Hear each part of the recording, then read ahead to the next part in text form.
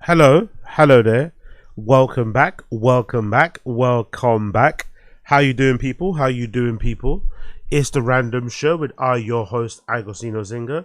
This is part two of yesterday's stream, which was 594. This is 595. What's going on, people? We're back again. We are back once again. I rewatched some of last night's performance. I rewatched some of last night's stream, and I wasn't happy with the quality. I wasn't happy with the quality of it. I think I was slurring my words and rambling and nonsense when I get tired and shit. Because I've been up for many days these last few days, sorting out my life and whatnot. So the last stream wasn't the greatest quality. So what I'm going to do is I might go over some of the topics from previous stream and address them in a more enthusiastic, in a more energetic, and in a more awake fashion. Right? So please forgive me. If you were here last night, please forgive me. I might go over some old topics or some previous topics from last night's stream, because last night's performance wasn't the greatest, because I wasn't at my sharpest. I wasn't at my best. So we're going to go over some of that stuff as well later, right? So please forgive me if I go over old ground, if I cover old ground. Please forgive me, okay? Please forgive me. But it will be fine. It will be fun. Loads of new stuff to talk about. We have to get through Bryan Callen's Patreon Q&A. We'll do that. We'll also do Turkey Tom documentary on DSP, and we'll also do a few other things. So we've got quite a lot of good things to get through. I appreciate every single one of you. Make sure you smash the like. Make sure you smash the like button down below. Become a member. Subscribe. And by the way, remember, after the stream is over, this will be only available for members only. I'm leaving it open now, available to everyone to watch and comment on the chat. But please be aware, this will be only available for members only. As usual, I usually try and do 5 days of streaming, Monday to Friday, members only after the fact. And then on the Saturday, Sunday, that's open to everybody and it's able to play back. You know what I mean? So just keep that in mind. We'll kind of give you a rough idea of what I do in terms of content schedule. Monday to Fridays are members only streams, but they're open to view for everybody and chat everybody. When they finish, I switch on to members only. And then Saturday, Sunday, they're free for all. Okay? So please be aware, if you want to watch this on the repeat, if you want to play this back later, you have to be a member, okay? Yeah, just remember that. You don't have to be, but if you want to, you have to be. You get what I mean? Cool. Bless. All right, let's get into it. Let's get right into it, because we've got quite a few things to cover, right? So let's just get right into it. First things first. Do you guys know about Scott Mills? Do you guys know who Scott Mills is? Do you guys have any idea who fucking Scott Mills is? Well, Scott Mills is a radio DJ here in the UK who's in a bit of trouble. Scott Mills is a radio DJ here in the UK who's in a bit of trouble. He did a little oopsie doopsie, a little oopsie doopsie whoopsie coopsie. He's in a little bit of trouble. And I'm wondering, what is the connection? What is the reason for the UK having such a, or maybe it's I think it's the UK in general. Why do we have such a high prevalence of prominent radio DJs, prominent morning show radio DJs, radio show fucking presenters? Why are they all into kiddie stuff? Why are they all into PDF stuff? What's that about?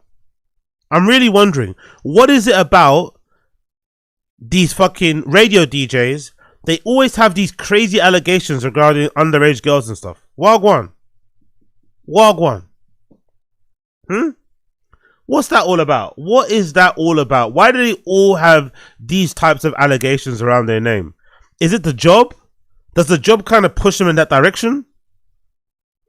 Like, kinda? I don't know how I'm going to make this make sense. Maybe it's a job because of the time that you're there working. You don't have much of a social life. And because you don't have much of a social life, you then go down weird dark tunnels that then might make you stumble across or get involved in some dicey shit, such as kiddie stuff. I don't know. Are just people that are drawn to that type of shit attracted to jobs like radio? I don't know. It seems that there's a high prevalence of prominent TV presenters, radio DJs who have allegations around them regarding relationships, whatever, or something, not relationships, some sort of untoward interaction, sexual in manner, with a child or with somebody underage. Or in worst cases, having just like horrible amounts of flipping, child kind of content on their computer and stuff. Why is that the case? Now, it's not being said exactly what the reason was, so please forgive me. I'm going to put a huge asterisk on this, right? Allegedly. We don't exactly know why Scott Mills was sacked from BBC Radio 2, but the allegation, we can use our brain and think, if somebody is sacked quickly right? With little to no recourse, with no pushback, with no fucking statement or whatever. It's usually to do with them doing something kiddie diddly wise, right? No one usually gets sacked that way without any of those really strong allegations. It's very unlikely. But it's just courtesy of the BBC. It says Scott Mills sacked from BBC Radio after allegations of a historic relationship. What's big up? Who's this? Big up. Who's this? Run It Up says 647. Come on, dog. Even DSP doesn't make members only content. But to be fair, this will be the whole stream will be members only after the fact. But most of it will be clips up anyway. So if you want clips, if you want the reaction to me talking about DSP, just wait and it'll be available for you later. Don't worry. Do you know what I mean? Just wait, it'll be available for you later.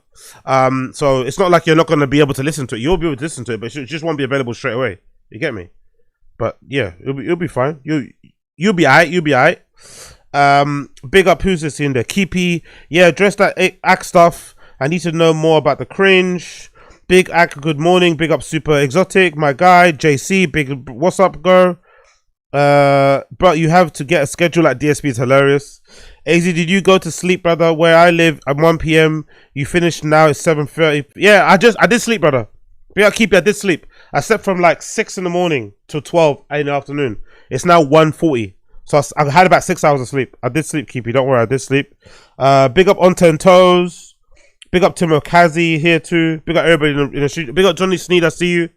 Streaming this early and members only is diabolical work. To be fair, I always do this Monday to Friday. This is not like a new. I don't know why everyone's. You know what I mean? This is not a new thing. Monday to Friday streams are always members only on a replay. Saturday, Sunday are available for everybody. That's always been my rough schedule because I don't really make specific content for members anymore. I should do anyway, but I don't. So this has always been the regular thing. Big up. Clips ain't the same. Yeah, that's fair. Run up. That's fair.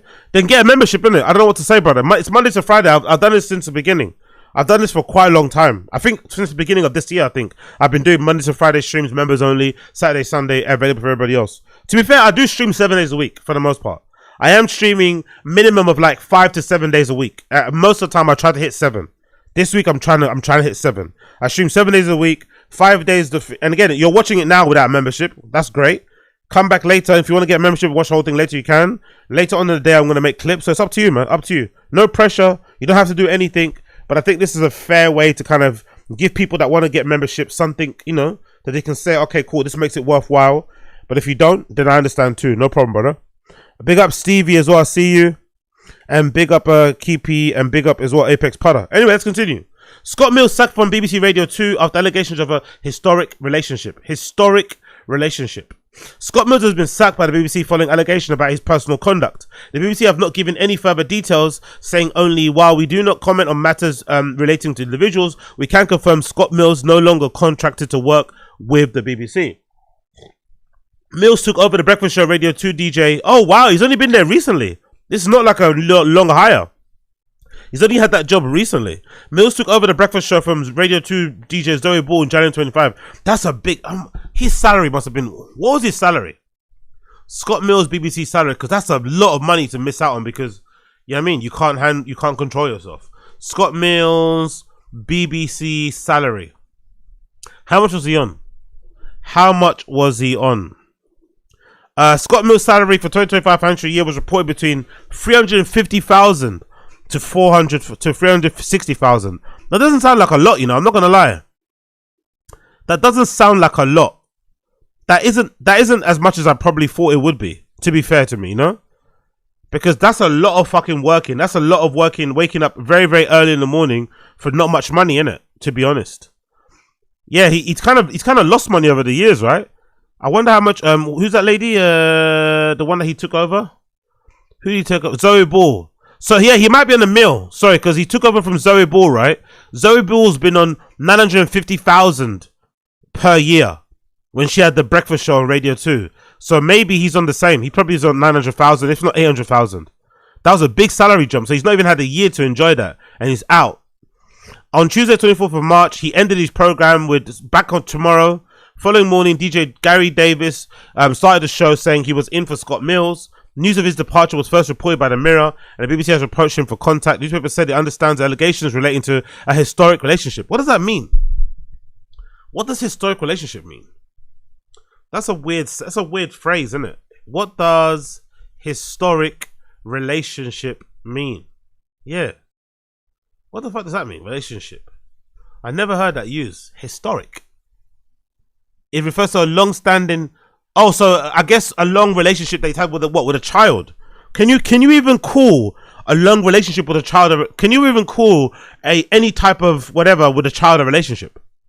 You know, that's almost like what Joe Rogan says about what's that term they use to describe people that are into kiddies, that are into PDF stuff? What's that term? It's really disturbing. It's like a term they use. Forgot the name of it. Oh, I forgot the name. There's a term they use that like to describe people that are into kiddie stuff. I think, is it called adult? Is it like adult minor or something, or mature minor? It's a very disturbing term, by the way. Very, very, very, very, very, very, very, very disturbing term. Minor adults, something like that. I don't know, something like that. Anyway, let's continue. Oh, big up Uche in the stream chat. Welcome Uche, I see you. Welcome to Uche. Welcome to Uche. Where's the, was that MAP? Was that minor adult? Yeah, minor adult person's that one. Minor, that's the one. Minor attracted person. That's the one. MAP, minor attracted person. So I wonder, can you be in a, yeah, I don't know. The term is just weird. Let's continue.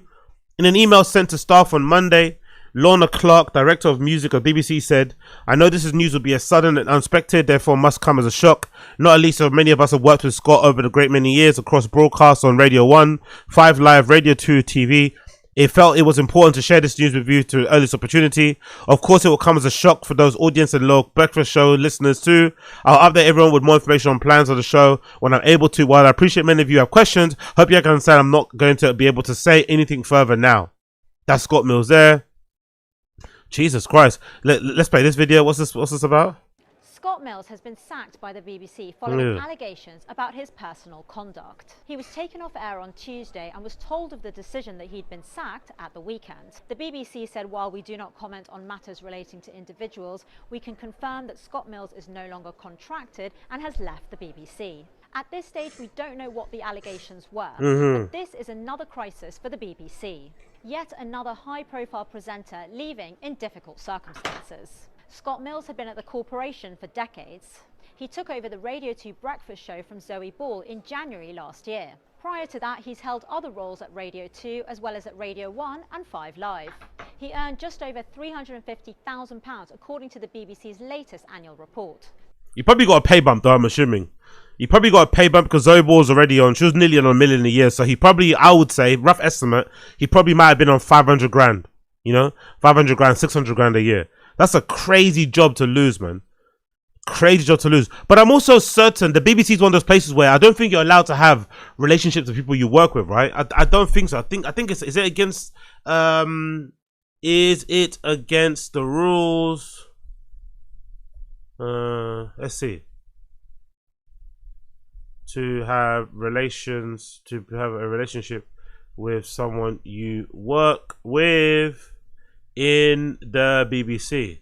I'm sure it is. I'm sure I saw something about they're really against it. Okay, it's not. Okay, it's not against a relationship with someone working BBC. A relationship between colleagues are not prohibited. However, such relationship must be managed carefully to ensure that they not breach code of conduct, particularly regarding conflicts of interest and abuse of power. Okay.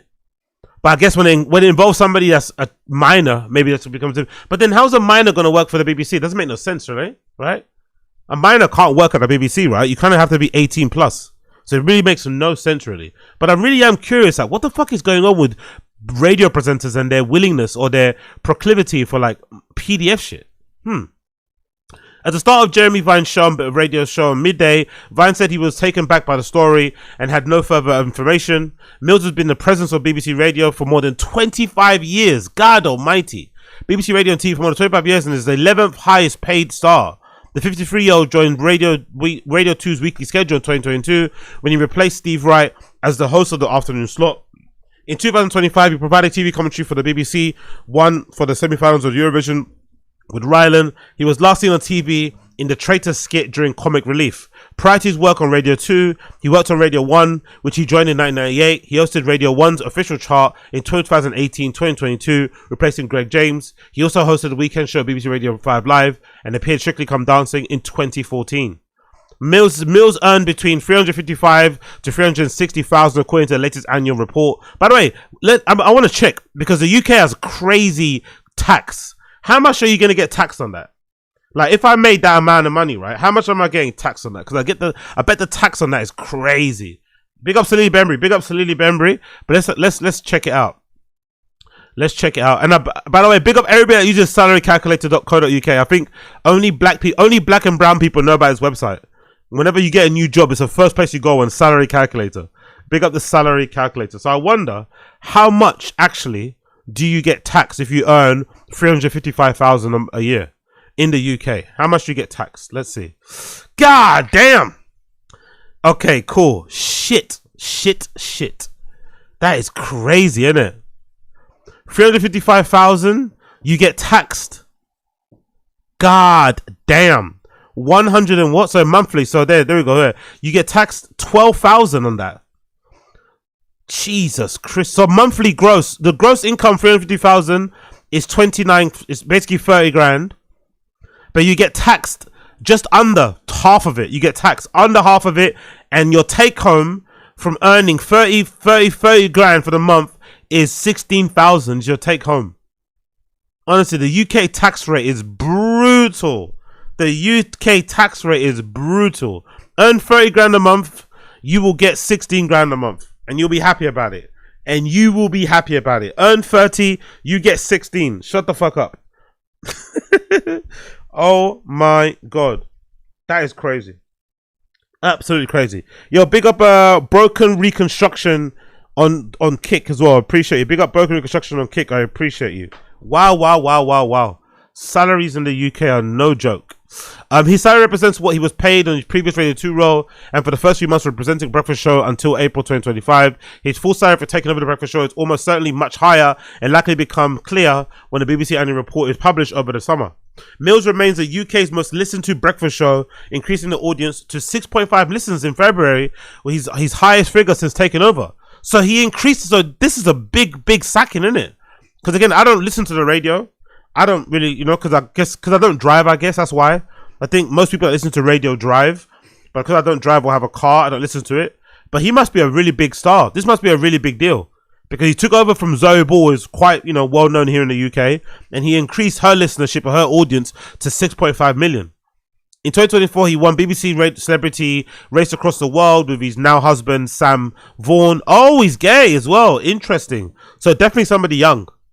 There has to be somebody young, right? Because there's a lack of maybe a society at large. There's an unwillingness to address a really common thing within the gay community, where a lot of young gay men first sexual experience will sometimes be with somebody much older, and it's not frowned upon, especially if it's done in a consensual way. It's not frowned upon. It's not as frowned upon as it would be maybe in the heteronormative worlds. In the gay world, it's quite common for a young dude to say, yeah, my first sexual experiences, my first time kind of exploring who I am, what I'm into, was with somebody a little older, or maybe much older, maybe their dad's age or something. So, this makes this whole thing a bit murky, because was the person somebody that he kind of took advantage of? Was it somebody that they both, agreed to engage in this, whatever they engaged in? Obviously, he cheated on his husband. That's not good. But I'm just wondering, it gets a bit murky, innit? It gets a bit hard. It gets a bit murky. I guess the only thing you can do in those situations is just move a bit better. You have to move in a better way. You can't be out here, I don't know. You can't be out here as Scott Mills going to Adonis with your little toy boy, right? You can't be going to Adonis with your little underage twink. You can't be going to raves, snogging your guy on the dance floor, under the fluorescent lights. You have to kind of move a little bit more militant. But to be fair, there's an argument to be had for, at that age, you should know better. You just know better and avoid it completely, because you got too much to lose. Because losing a job that's paying you anywhere between 350,000 to 600 grand a year is lunacy, especially in this economy. Losing a job like that is kind of insane. It's kind of fucking insane.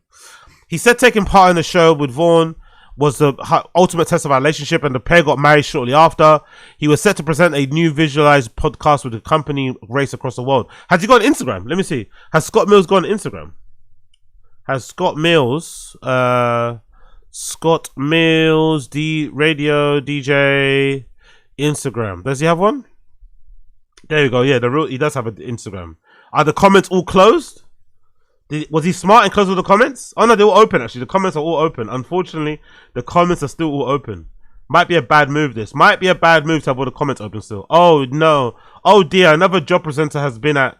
Another job a B presenter has been at again. Shocked and upset reading your sacking. My mornings are ruined. Now there's no Scott Mills. You can see. Is it Michael Ball? It wouldn't be, would it? It sounds like him. It sounds like Uncle Ball, but it wouldn't be him, would it? Big up Booth Apocalypse. Just drowned some shrooms. Pray for me. Praying for you, brother. Praying for me. Big up Billy. USA lower tax, but UK much less wealthy, but not far quality. Yeah, that's the thing. Like, would you guys in the US be honest, right? Would you guys in the US really swap? I'm gonna show you a video in a minute of like Clavicular's new house in Florida, right? Would you guys in the US really swap? Really swap what you have in terms of lifestyle? The fact that you have such a big country, you can go from like one side of the country to the other and have completely different experiences, different landscapes and scenery. But you obviously have to pay a lot more to live, right? You got to pay for health insurance, HOA fees, all, property taxes, all this crazy shit. Would you swap that to live a life in London, in the UK, where you have like free healthcare and shit? And we have obviously better social, welfare sort of stuff. Would you swap that? Because the reason why I don't think I'd swap my life for an American life is more to do with the guns. That's the only thing. I think if I ever lived in America, I'd have to live in America where it's not. I'd have to live in a state where it's not open carry. I don't think I could live in a state where it's open carry. I really don't. I really don't think I'd feel safe living in a state that's open carry, because in my head, I can't understand how in America it's okay. Like if you're losing a fight, you can just shoot somebody. I don't get that, I don't get how you can agree to engage in some sort of mutual combat with another adult, right? If you and him get into some sort of disagreement and you have to settle your disagreement in some sort of form of mutual combat, and you get the better of him and you're on top of him, pummeling his face into the ground, he can just pull out his gun and shoot you in the face. And walk, and claim self-defense and walk free. That scares me. That scares me a lot. That scares me. So that's the only reason why I wouldn't move to America. That's the only reason. I'm too pussy. I'm way too pussy.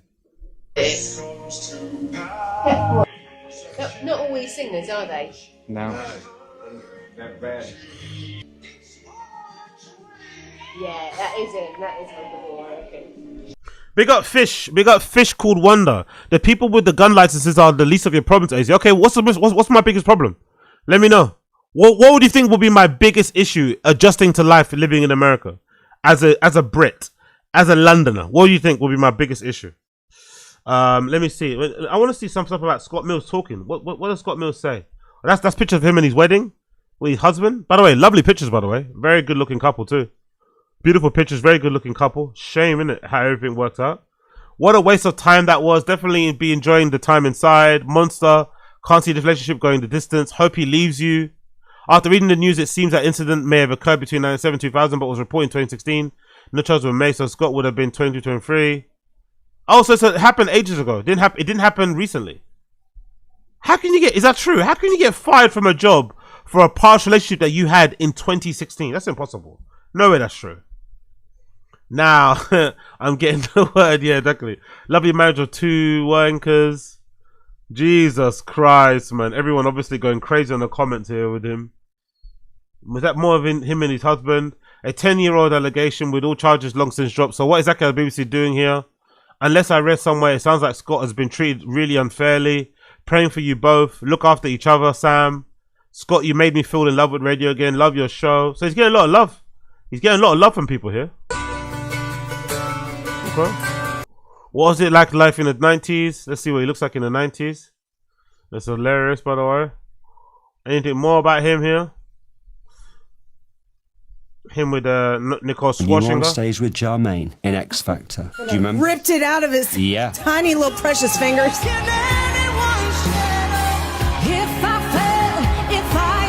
Yo, big up Brock as well. Brock Shekels or Brock Sheckler. I'm an American. The working class here are being destroyed. Only people getting rich are the very worst people. Child leaders and warmongers agree. Big up Pocket Wumper. Big up Run It Up. Big up the Lemon Tech. Hope those golden teachers will be hitting. Big up Charles Wonder. Fish called Wonder. Sorry, I think you'll be fine. There's enough variety here, and there would be a place that suits you. A big up. I appreciate that. Billy says guns are around, but it's not really that dangerous. Not knowing the laws and having bad encounter with police is more dangerous. True. Okay, cool. Fair enough. So maybe I'm over exaggerating my scaredness. Maybe I shouldn't be as scared as I say I am. You know. Maybe I shouldn't be as scared as I say I am. Ah! Okay, cool. Let's do that. Cool. He was set to present a new visual podcast to accompany Race Across the World. Race Across the World did a detour. Cool. And then the update on that is the Scott Mills allegations have put the BBC back on the front pages for wrong reasons, which makes his abrupt departure, facing claims of a conduct yet another crisis. We must make clear we don't know the details of allegations against Scott. He is a presenter of the biggest breakfast show in the country. It has emerged Metropolitan Police investigated him in 2016 over sexual offence allegations against a teenage boy, but that the CPS deemed there was insufficient evidence to bring charges. It's not clear what role, if any, police investigation played in his sacking. Fucking hell. Honestly, being white is great, innit? Being fucking white is awesome. This guy was investigated for sexual offense allegations against a teenage boy in 2016, yet still got a job at the BBC. Still got prominent radio gigs at the BBC. Still eventually was promoted to a Breakfast Club DJ at the BBC, despite having those type of allegations. There's no way anyone black or brown, any type of immigrant, could get those type of jobs with those allegations over your head. Even if you've been found innocent, there's not a chance in hell you would be able to become, to get those type of jobs in those positions. Absolutely no chance. What the absolute fuck is that? Wow. Honestly. Crazy situation. Edwards was convicted of making indecent images of children, and separately BBC DJ. For Scott Mills, whatever he is accused of, it looks like the end of the glittering career that took him from a teen local radio star to Radio 1's voice of charts and the king of the innuendo. Now he's out. It happened fast. Mills has been off air since last Wednesday and was sacked by the weekend. Mills joined BBC in 1998, the host of the early breakfast show, and went on to become the household name, presenting his irreverent afternoon show. Fucking hell, crazy, innit? And then the other article here regarding it says, teenage boy at the center of a sexual assault offences. Investigations say Metropolitan Police have told BBC News that the teenage boy at the center of the Scott Mills allegation was under 16. That's tough, innit? Teenage boy at the center of the Scott Mills sexual offence allegation was under 16. That is tough. That's a tough one to come back from, if not impossible. Mills was questioned in 2018 over the historical, but how does it take that long to investigate something? It took, honestly, this is why women or people in general don't report sexual assault offenses. 2016 to 2026. God damn.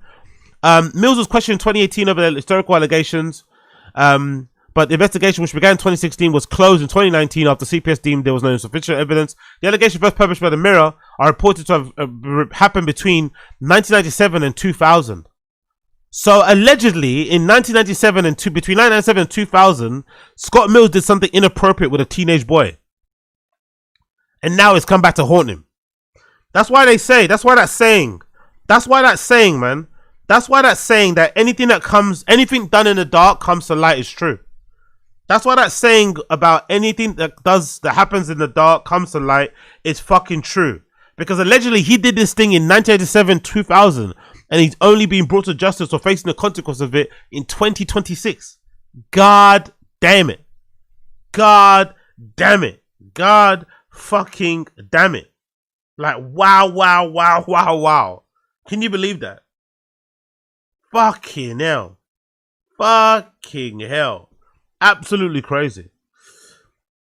Absolutely crazy. How many years is that? Nearly 30 years, right? Nearly 30 years? Nearly 30 years between the reported alleged allegations till now. 29 years later, he's now facing the repercussions or the consequence of his actions, allegedly. The BBC had been approached for comment about a police investigation. The corporation understands that the Director General at the time, Tony Hall, did not know about the allegations. After the sacking was announced, the BBC said in a statement, while we do not comment on matters relating to individuals, we can confirm Scott Mills is no longer contracted to work for the BBC. BBC News has approached Scott Mills for comment. Mills' last show was on Tuesday, 24th of March, which he signed off by saying, back tomorrow. DJ Gary Davis, started the show the following day saying he was in for Scott Mills. Davis and radio DJs DJ Bolg will cover the breakfast show for the next week. Metropolitan Police Spokesman said in December 2016, Met began Fucking hell. Crazy, isn't it? Let's see how it plays out, though. Let's see how it plays out for him. Let's see how it plays out for him. Let's see. This is courtesy of Good Morning Britain. What they're saying here. This was not on anyone's Monday bingo card, was it? That Scott Mills, one of the most high-profile presenters on the BBC, was going to be fired. I mean, crazy. Shock. And also, as well, of course, this has been pointed out previously this morning, this is kind of lurching from one crisis to another, it seems. And lots of people like me who had worked with Scott for a number of years, this was always his dream. God damn. All of the Radio 1 presenters, my generation, which is, the Fern Cottons and the Reggies and the Vernons, the one person you knew would end up eventually on Radio 2 was Scott Mills. That was brutal, isn't it? Brutal. Your dream job and something you may or may not have done 30 years ago kills you. You finally get your dream job and something that you may or may not have done 30 years ago ends your career. That's enough to make me jump off a bridge. That's enough to make me want to jump off and I'm not even that type of person, right? I'm sure you can tell by my temperament. I'm not that kind of a person. But if I finally got my job, I'm finally living my dream. The thing that I've always wanted, I was doing college radio, pirate radio. I was doing all that shit. I was working my way up, interning, being a runner, doing all that fucking shit. And then I finally get my dream gig of being a Radio 1 DJ, the breakfast show, right? The Radio 2 breakfast show DJ slot, which is really coveted here in the UK. And then I get sacked for something I may or may not have done 30 years ago. Ouch.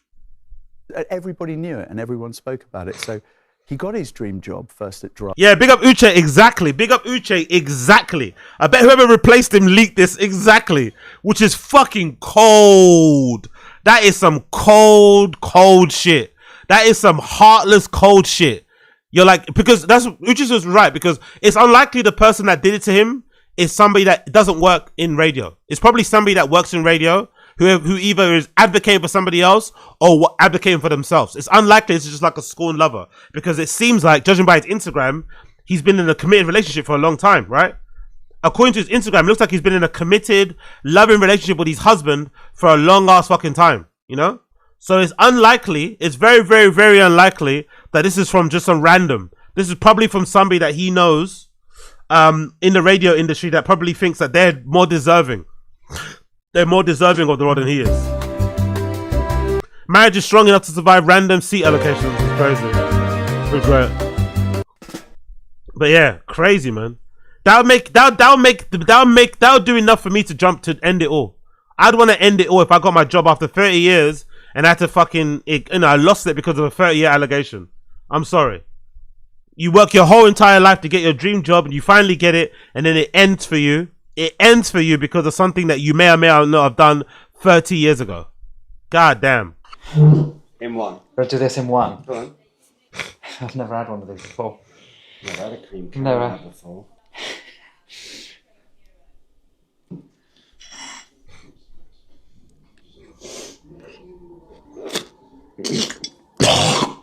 Jesus Christ. Yeah. Disgusting, by the way. Absolutely disgusting. What was that? It was halfway up there. You can't have a second go. Jesus Christ.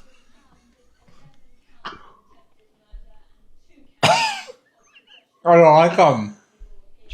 How likely is it they still either? I don't know how it works in the gay world. Is it the same with all relationships? Because I'm sure if this is a straight couple, the girl's leaving for sure. If you got allegations about being involved with somebody underage, they're leaving. But I'm not too sure. Is the husband gonna be understanding Does the husband hold him down? Because he's going to need his husband more than he's ever needed him right now. He's going to need that man more than he's ever needed him now to really, really, really, really support him right now. Because goddamn, losing that job after so much work, hey, that's going to hurt. So I don't know. Does the relationship actually survive? Can it survive such a shocking allegation? Who knows? And then, of course, going to breakfast. And look, I need to say this, that me personally, my first thoughts are obviously with the alleged victim here, without question. But also, Scott Mills is a human. He's a person who got his dream job. That has now been taken away from him. He's a human. How about if he's a PDF? How about if he's a PDF, though? How about if he's actually a PDF? Because it doesn't matter if you only do it once. If you only do it once, you're still a PDF. If you only do it once, you're still a rapist. If you only do it once, you're still a sexual assaulter, you know? It doesn't matter if you only do it once. You are still that thing forever and ever and ever. So it is what it is. It is what it is. From him, and his validation largely in life probably was defined by that job. Therefore, we have to be very careful. There's a current feeding. No, we don't. We have to be careful at all. We have to be careful at all. The BBC, I doubt the BBC made a rash decision. I really doubt it. I doubt the BBC did a knee-jerk reaction. This guy's been there for more than, what, 25 years, right? Working his way up. He's probably got a lot of people there that advocate for him, that are his allies, that are his friends. He's probably known about this for a while. There's not a new thing. Investigations internally with HR and stuff to figure out what's going on. This is probably, I really doubt this has not been an exhaustive process, an exhaustive investigation to get to the bottom of what actually happened. So if they fired him like this, it's for a reason. It's for a fucking reason. But, you know, these guys in radio and TV, like, they love to make excuses for, like, kitty diddling and PDF shit. There is no excuses. No excuses. Hard line in the sand. If you do that shit, you're out. Frenzy going on. A lot of that is driven by people who just hate the BBC. So they'll use that as a stick to beat the BBC with. You should hate the BBC. But there is a human being. Well, there's two human beings. We don't care about the abuser. What the fuck is this conversation? We don't care about the other guy that allegedly may or may not touch the kid. Fuck that guy forever and ever. The centre of this. And we all know what happened to Caroline Flack and how the public rounded, the press rounded on her. And we have to be very careful about this, not just, of course, for the victim, but for Scott as well. Absolutely. I mean, you're talking about somebody that got their first job in commercial radio at 16. Yes. It's been all he ever an wanted to do. entire life. Yes. And who, as much as we understand it, the Mirror leading the reporting on this, has not returned any contact from anybody who's tried to contact him. So, you know, I think it's a really important point, referencing Caroline Flack. And the other thing is that, as we understand it at the moment, the case was investigated by police in 2016 and then closed in 2019. But does that matter, though, if he's been sacked? Clearly something went awry. If the police dropped the investigation and said there was nothing to prosecute, but the BBC still went ahead and sacked him, it must mean it's bad. Because the BBC are in a self-preservation type of thing. Most corporations are, right? So they didn't want the story to get out while he was still employed because it'll make them look worse. So they would rather cut off their hand to spite their arm type of thing. So most likely the allegations are still pretty, you know, excessive, are still pretty serious. If they would still sack him despite the police investigation not follow, you know, despite the police not continuing with their investigation. It makes me believe so. I don't know if it's true, but it makes me believe that most likely there's more to it. There's probably more to it that they were afraid would come out. But actually, it appears, as far as we know, to refer to a historic relationship that was back in the 90s. So there's lots here, isn't there, that we don't know, and that we're trying to fathom why it suddenly emerged. Making excuses for somebody that's a PDF is crazy. Sacking, sort of a hauling off air. What a crazy fucking clip. Were there ever rumours swirling? Was there ever... Because we all... Whatever signs are used into kids is crazy. People in the industry who you find out afterwards other people had suspicions of and regretted not coming forward. What was your experience of him? So it's such an interesting point, Kate, because this industry that we've all worked in for a number of years is actually quite small. And if you are, quote unquote, a bit of a wrong-un, eventually people just say in corridors, oh, he or she's a bit of a wrong un. In all of my years, 12 years at Radio 1, never. I didn't ever hear a bad word said about Scott Mills. I have to just say that, right? That was... When it comes out that it's something about kids, he's gonna look so crazy, right? His comment section is gonna look crazy. When it does come out that it's something kind of serious, like he's gonna look nuts. And if it does come out the opposite, that it's not something that it wasn't something that big of a deal, it's gonna make the BBC also look nuts. But you know, I guess that to do what I had to do. The reality. That's your experience of it. That was my experience and others' experience, and he worked with a number of production teams across Radio 1. And then, of course, interestingly as well, if he had been a complete kind of wrong un, eventually those career opportunities tend to taper off because people go to different places and they become higher up the food chain. That's not true. You can be into PDF stuff, but professionally be a model employee. And you know what I mean? And still get the promotions. They don't need to overlap at all. They don't need to overlap at all. Obviously, when you get caught out, you get caught out. But I don't think having a proclivity for PDF shit has any bearing on your ability to get promoted or anything at all. Zero. That's a fallacy. That's bullshit, in my opinion. And people say, well, we'd rather not work with him. But it was quite the opposite for Scott Mills. His career was getting bigger and bigger and bigger, whether it be Eurovision or Race Across the World.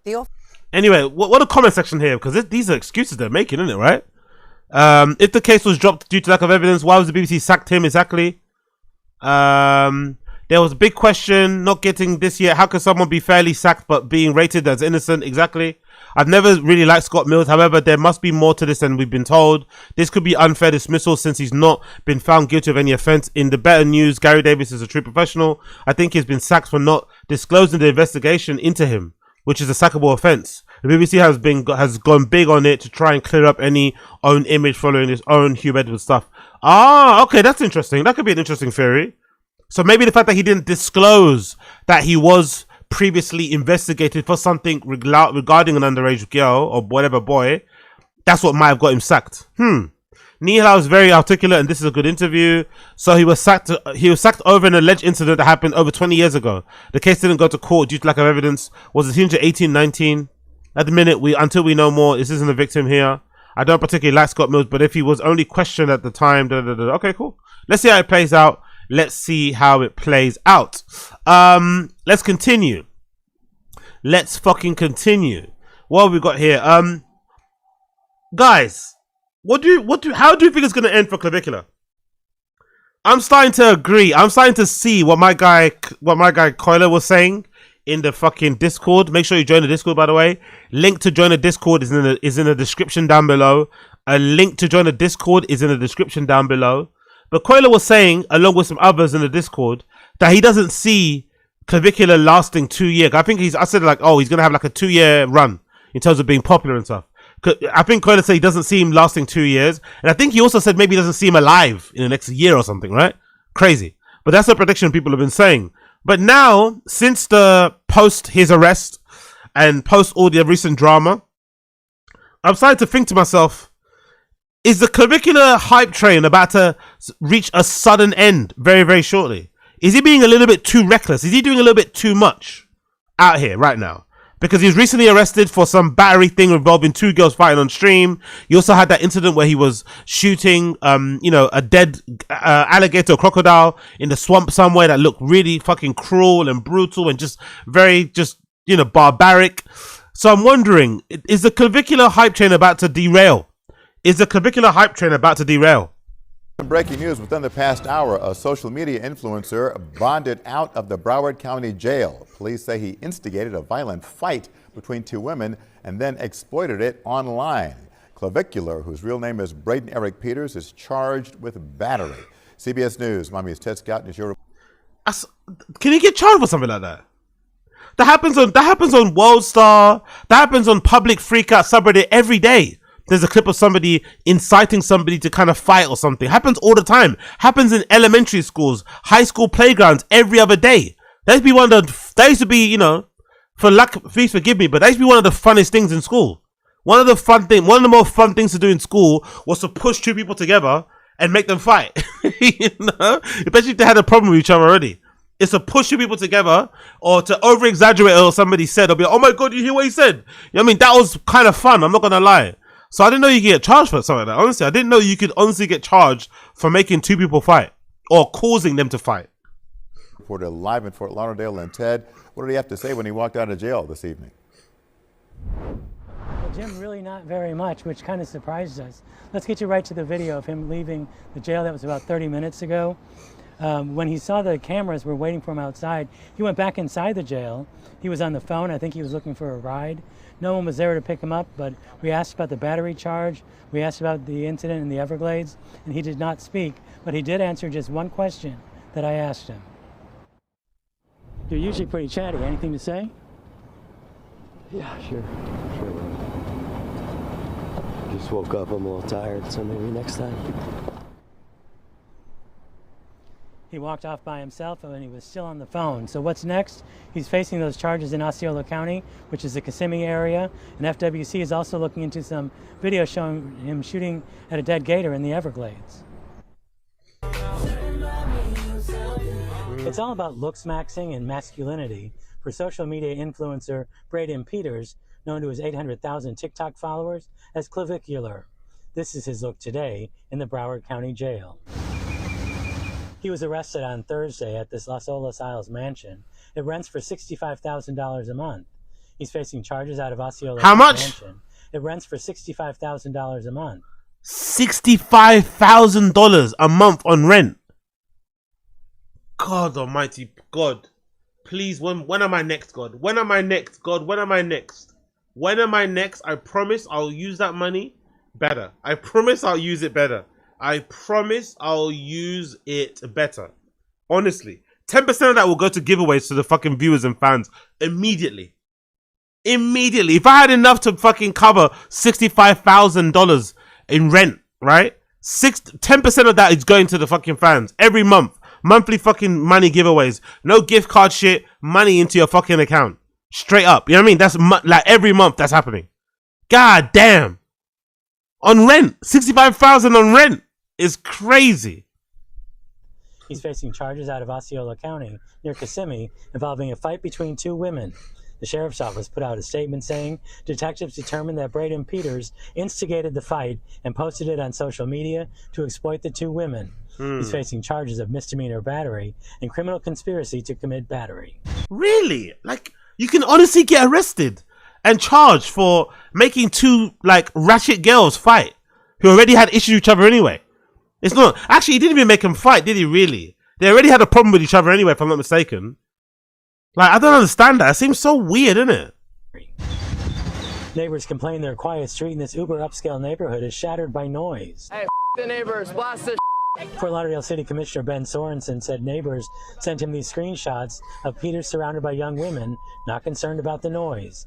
Neighbors say cars on this narrow street are a problem too. The street gets loaded up with cars on a daily or weekly basis depending on what's going on, so it's pretty much, it's a party house, that's it. By the way, what is it with Americans and your inabilities to like handle, like, that's one thing as well that I wouldn't want to move to America for. I feel like for all of you guys say about your freedoms and your liberties and stuff, why is it all of your neighbors are so nosy and unable to just let others live?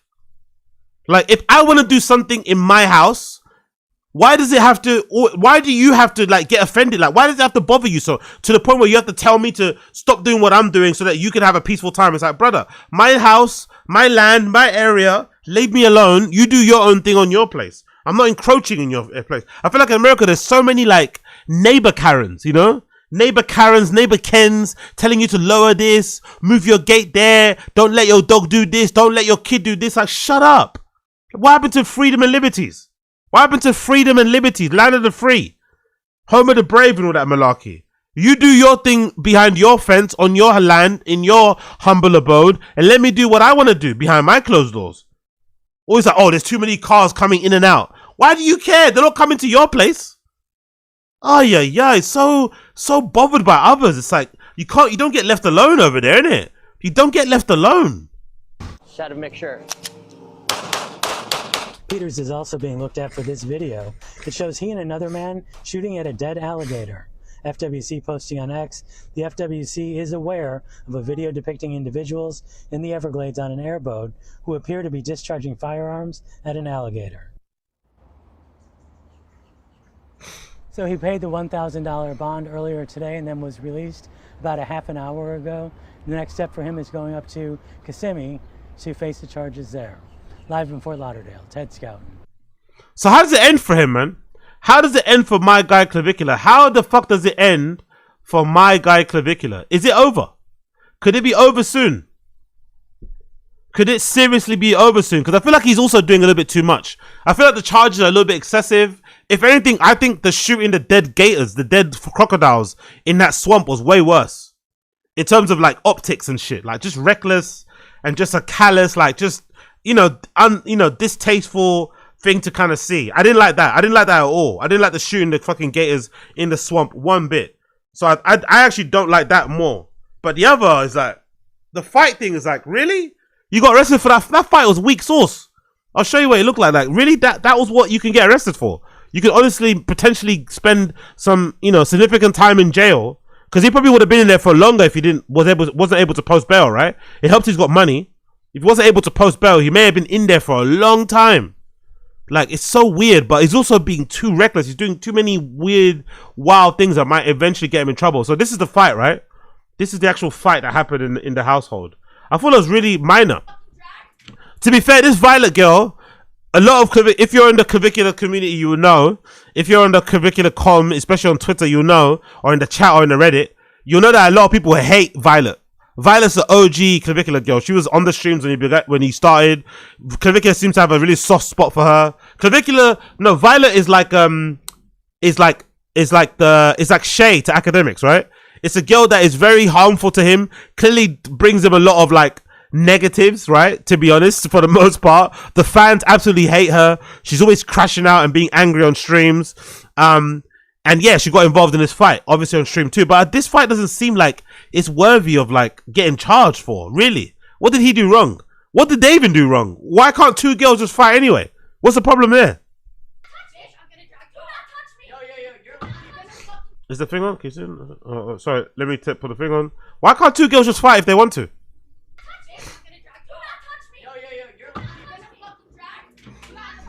By the way, Clav looks very, very sassy in this clip. I'm not gonna lie. Clav looks very, very sassy in the clip. Clav looks very, very, very sassy in the clip. Very sassy.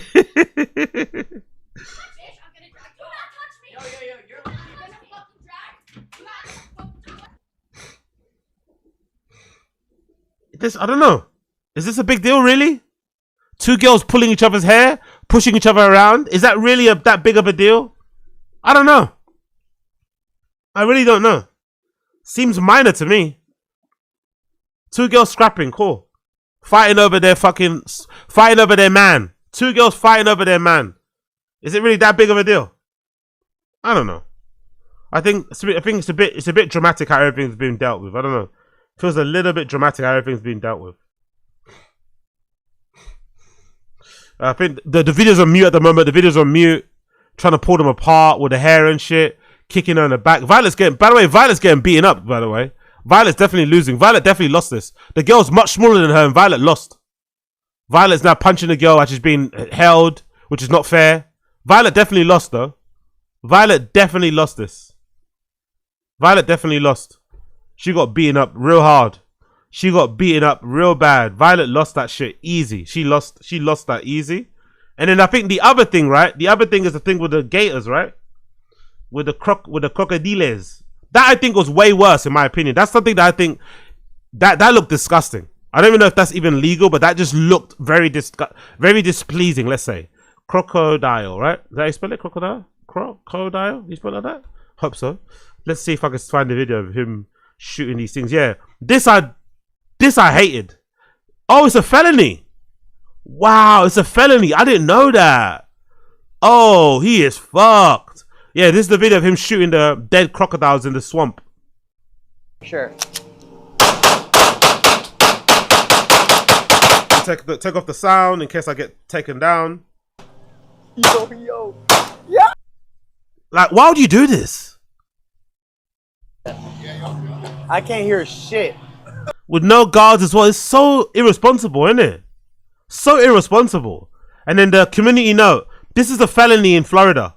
Arrests have been made before. The FWC is aware of it and investigating. Really? Arrests have been. Let's see. Arrests have been made before. Florida statutes. A person may not intentionally kill, injure, possess or capture or attempt to kill, injure, possess or capture an alligator or crocodilian or the eggs of an alligator or other crocodilian unless authorized by the rules of commission. Any equipment including but not limited to weapons, vehicles, boats, lines used by a person in violation of any law, rule and regulation or order relating to alligators or other crocodilia or the eggs of alligators or other crocodilia upon conviction of such person be confiscated by commission and deposed of the according to rules and regulations in the commission. The arrest officer shall promptly make a return to a seizure describing in detail the property seized and the facts and circumstances under which is seized. A commission shall promptly fix the value of property and make a return to a clerk. So you can get fined, I'm assuming. Permissions, Jesus Christ. It's actually a felony. Wow. He is fucked. So this is way worse than the girls fighting. Whatever, forget the word girls fighting thing. This is going to be way worse for him, innit? Absolute dumb thing to do. Really fucking dumb. And just, I don't know, it just looks really cruel. It looks really callous, you know? Doesn't seem just. Oh no! This happened today, right? Kick champ. Clavicular was forced to end the stream after police showed up to his door to question him about the alligator incident. This happened 30 minutes ago. He is fucked. He is fucked. That's just what it comes with. Fuck, I think we should might have to turn it off for like half hour. Mogworld order is over. The marathon is over. The marathon is over until further notice, it seems like. Hour. Mm-hmm. Yeah, let's just be right back. No, not even be right back. Just yo, boys, we're gonna cut it for a little while. I've got to take care of some stuff, and we'll come back soon. So we're gonna come back in a little bit. All right. I'll be back soon. I'll be back. Oh no! Got some things to take care of real quick. Oh no! All right, sorry about that. All right, I'll be back in a little bit. That's just what it. Damn, son! Damn! look at the memes. Look at the memes. Clavicular in court with the crocodile's mouth. Look at the memes. Look at the memes. Brilliant. He is pissed. He's fucked. Oh, you can bet on it via Polymarket. 17% chance Clavicular sentenced to prison. 17% chance. Should you pay? Should you order that? That might be a good one to fucking bet on, you know. 36% chance now. It's gone up. It's now 36% chance that Clavicular will be sentenced to prison. Look at all the other ones. Clavicular arrested again by April 30th. 21% chance. Absolutely crazy. Absolutely. What actually possessed him to do that anyway? What possessed that man to fucking do that in the first place? Why did he do that? Why did he fucking do that? Here's another clip here from that. Clavicular is screwed. Florida's Attorney General reveals that he can face a lot of time behind bars for the dead alligator shooting clip. Really? Florida's Attorney General on Clavicular may be facing years behind bars for shooting a dead alligator in a swamp. God damn. And there was an influencer, Clavicular, who was caught shooting one on a fan boat. And the footage is grotesque. We've blurred it here, but we find animal cruelty to be dishonorable and to be disgusting. Nonetheless, there is this footage. Am I like off base by saying that even just shooting wildly into the ocean, into a lake, even if there's no dead fucking things around, isn't that kind of widely looked down upon as well? I'm sure it is, no? That's also kind of cruel too. Just if you're in a lake, just shooting into the lake randomly. Like, why would you do that? You know, just why? Just why would you do that in the first place? So like, I wouldn't like, even if I saw like a dead, you know what I mean, deer in a forest somewhere, I'm not gonna start, you know what I mean, unloading my clip into it. I don't know. It just seems a bit weird thing to do. It seems a bit psychotic. You know, it seems a bit psychotic. Seems depraved. I wouldn't go as far as saying it's evil, but it's like, what? So if you saw a dead deer in the forest or in the woods somewhere, you just unload your clip there? Really? This is awful, man. Awful, awful, awful. Maybe prison is, you know what? Maybe jail for now might be necessary to kind of calm him down a little bit. He's doing too much. When I first got into Clavicular, I really liked the fucking looks maxing stuff. I like the almost nihilistic view on life that's kind of rooted in looks. You know what I mean? I kind of like sometimes his perspective, but he has been going a bit off the reservation lately. He's been doing a little bit too much. So maybe jail, spending some time with your thoughts, realizing how much you've gained and how much you're gonna be, how much you've lost, opportunities missed, might make him appreciate more what he has. Because he's been moving a little bit too reckless. Like, why are you doing this? Like, why would you do this? Why? Also, fucking security too. Security should have told him, like, what are you doing? Put your guns back in your fucking, you know what I mean? Reholster your fucking guns. What the fuck are you fucking doing? Or at least don't put it on stream. It was all over my timeline this weekend of this influencer killing or shooting a dead or alive gator. This is, again, illegal by statute. We pulled it by the statutes of Florida. Could you please give us an update on this case? Statute 379.409, that you're not allowed to of course, slaughter a gator with a handgun like this. What's an update here, Mr. Trump? Yeah, well, he's been arrested. Fish and Wildlife, the Conservation Commission here that oversees our state parks. And Yo, big up Casual. Wagwan G. Florida will make an example out of him. You think so? Isn't Florida the state where they do a lot of like reckless stuff, a lot of crazy shit? Isn't that the place people go to do crazy shit? Won't they just like leave it because he's such a big influencer and stuff? No? Don't people? I would have thought you could. I would have thought if there's one place you could get away with something like this, it would be Florida. Especially with his name, his celebrity, his money. No? Or would it be the opposite? Big up Casual. Permitting when it comes to hunting animals. They're deeply involved in an investigation. Obviously, we have the video, but we're crossing our T's, dotting our I's. It looks like a serious offense here. This is a felony. You can't just go out and shoot animals here in Florida. We have law and order. We have a permitting process. If you want to go on a gator hunt, there's certainly very appropriate ways to do that. But the imagery you see in the video is pretty careless and cocky. And at the end of the day, that might just be so stupid that it lands him a lot of time. Yeah, that's the thing that's the worst thing about this. And I wonder if that's one of the things that's going to play in his, that's going to go against him. It's going to go against him in court. It's very like the rules don't apply to me type of thing. You know? I wonder if that's something that really, I think that would apply, right?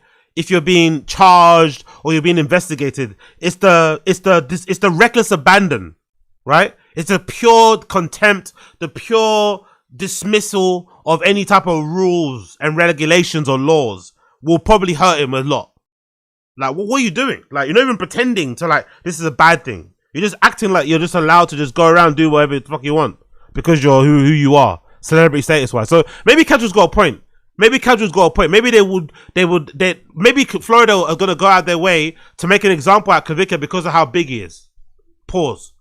And be like, you know what? You guys will know this guy. He's been running around Florida doing whatever he wants to do. We're going to remind you guys that there's law and order here. And if you break the law, no matter who you are, you're going to get hit with the fucking, you know what I mean, the full force of the law. So we're going to throw the book at you. Maybe they might do that as a message to kind of simmer everybody down, to bring it down a couple octaves. Behind bars. But the message I'll send is, you know, we enforce the law here no matter who you are. If you're an influencer, social media celebrity, doesn't... Oh, okay. Big up Casual. Yeah, he's about to say the same thing, I've just paused it now, but I think, let me just play what he's about to say. Matter. If you do the crime here, you do the time. We enforce the law here no matter who you are. If you're an influencer, social media celebrity, doesn't matter. If you do the crime here, you do the time. My only pushback to this Attorney General would be, so again, as an outsider, why is it that we see way more crazy people doing crazy things in Florida then? Because I would imagine if you're in a state where you really enforce the law, and if you do the crime, you do the time and some, it would dissuade. It would kind of like, you know, dissuade some crazy people to not to do crazy things.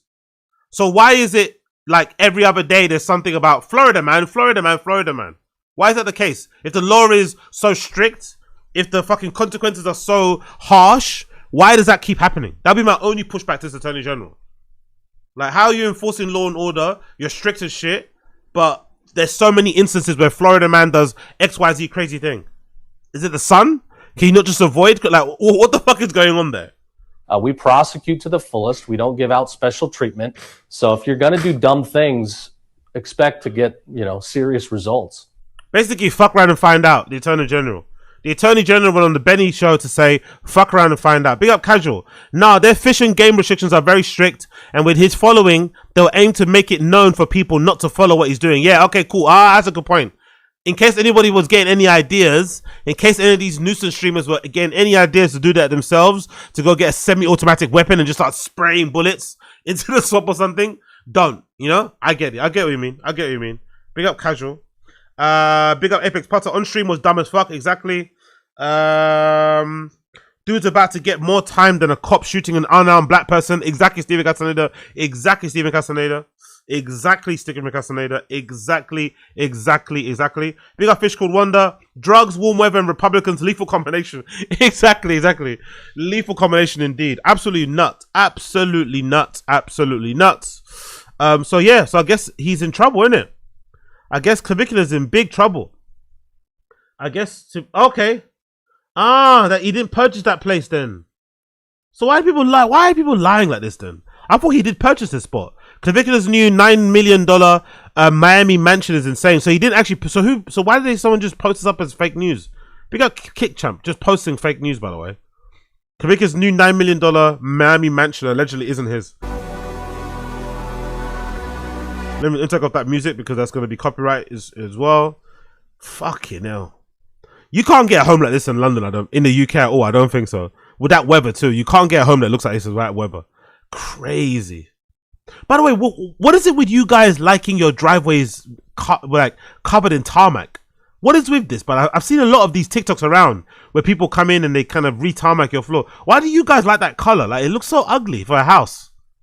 Why would you want your house to be like tarmac black? The driveway. Why don't you just have it like, I don't know, regular concrete color, like slate and shit? That dark color kind of darkens up the house. Just makes it look, I don't know. Just makes it look too dark.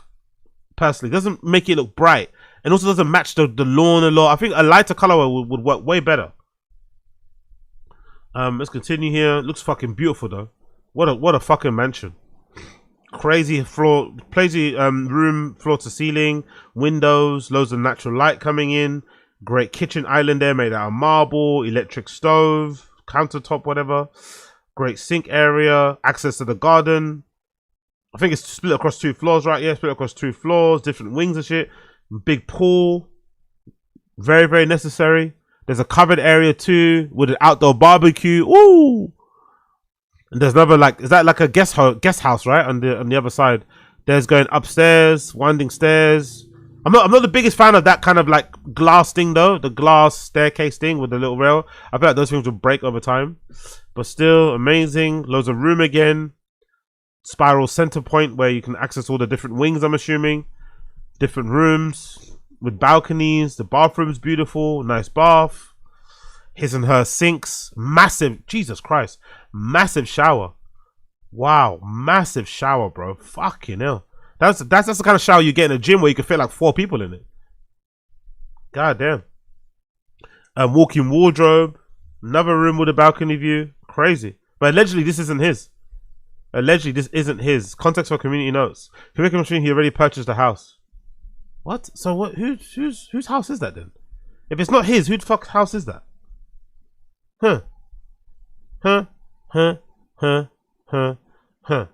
Let's continue. Clavicular's in big trouble, man. Clavicular is in really, really big trouble, it seems. He's in really, really big trouble, it seems. Moving on. Big up Ari Shaffir. Ari Shaffir appeared on Flagrant podcast recently. And the first thing that I want to talk about is what the fuck happened to fucking AKAASH Singh? Is AKAASH Singh no longer a presenter, a co-host on this show? Because I'm going to play a clip. Let me see. What clip can I play? Let's just play anything. What's up, everybody, and welcome to Flagrant. And today what the fuck we is are AKAASH joined by our dear friend, Ari Shaffir. He is back. Thanks. Oh, thanks everybody. Thanks. Where the fuck is AKAASH Singh? Is he permanently not on the show anymore? What happened to AKAASH? Let me check it out. What happened to AKAASH, bro? Did his wife completely ruin his life that way that he's not on Instagram anymore? He's not on his show anymore. He's just like, what? Is he on strike? Is he on tour? Where the fuck is he? Ah, maybe he's on tour. That's probably why. Is he on tour? Where is he now? It's the 31st, right? So that one that just passed, whenever that was. So he's around. He's in Dallas. He's not like he's on a worldwide tour. He's in America still. I guess what, this weekend or this past weekend he was performing in Canada. Coming up he'll be in Los Angeles. So he's not like he's not here. It's not like he's not in America. He's obviously there, but for some reason he's not on Flagrant as often. What's happening with that? What the fuck is going on with him? Why is he on Flagrant as much? Is he like avoiding the fans? What the fuck is going on with AKAASH Singh? Why isn't he on his own podcast? Goes to Queen Elizabeth. Let's go. Let's do that. Let's make history. I love it. Deepa messaged my wife. My wife told me I was doing this, so I came.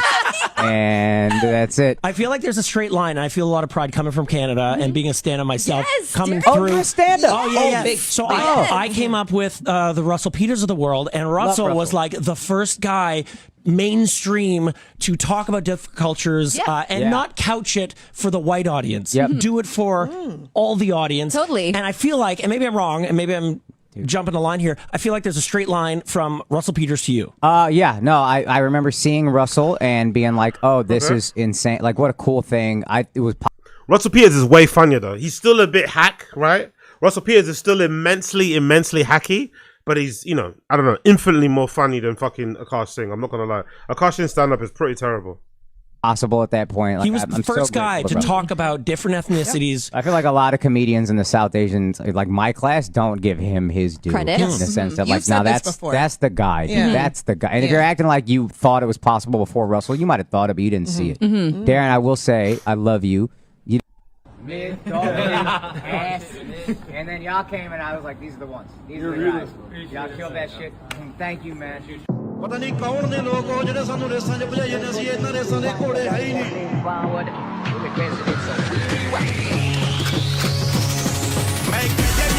I guess there's a huge Pakistani and Indian community over there in Canada, right? I'm guessing. I wonder why. Why do they gravitate to Canada? Since there's a lot of them over there.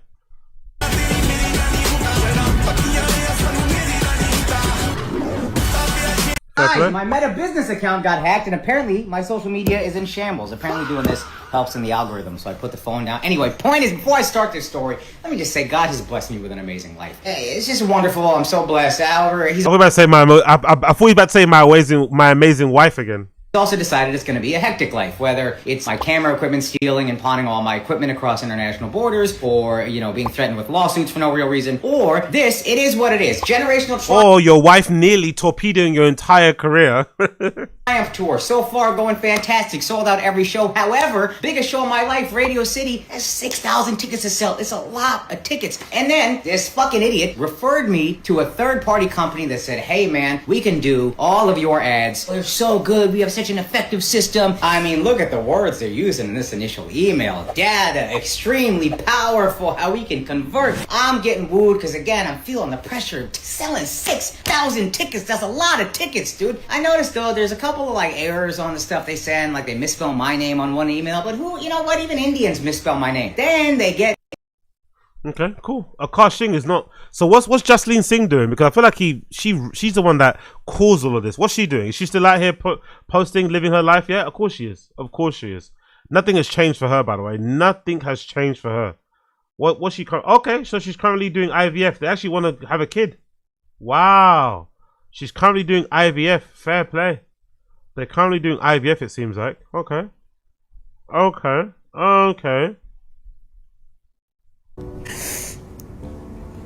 This part is like, this part is the hard, like this part has been really like the hardest. I just don't feel good. And my husband had to go to his shows, and I'm so happy that like Toronto showed so much love, but it's just like hard when you're not feeling good and he's not here. My husband has gone away to Toronto, sold out show to sell loads of tickets, perform in front of a sold out show, sold out crowd, make us some money so we can help raise our family. But I'm feeling lonely. I'm feeling lonely. Please come back. I know you'll have to go on your show and do your tour to do your thing, but my needs are more important than the family's long-term future. Fucking hell, mate. She kind of demanding, no? She kind of demanding. she a bit hard. She a bit hard to deal with. I just called my mom and she's like, just try to use the bathroom. And I was like so excited because they got so many eggs. But then I think that's why I feel so shitty. Because it's like, Akash was like, think about how much your body goes through to just give up 1 egg per month and your body get 25. And it's like, this has like been the hardest part, is the day 3 to 5 recovery.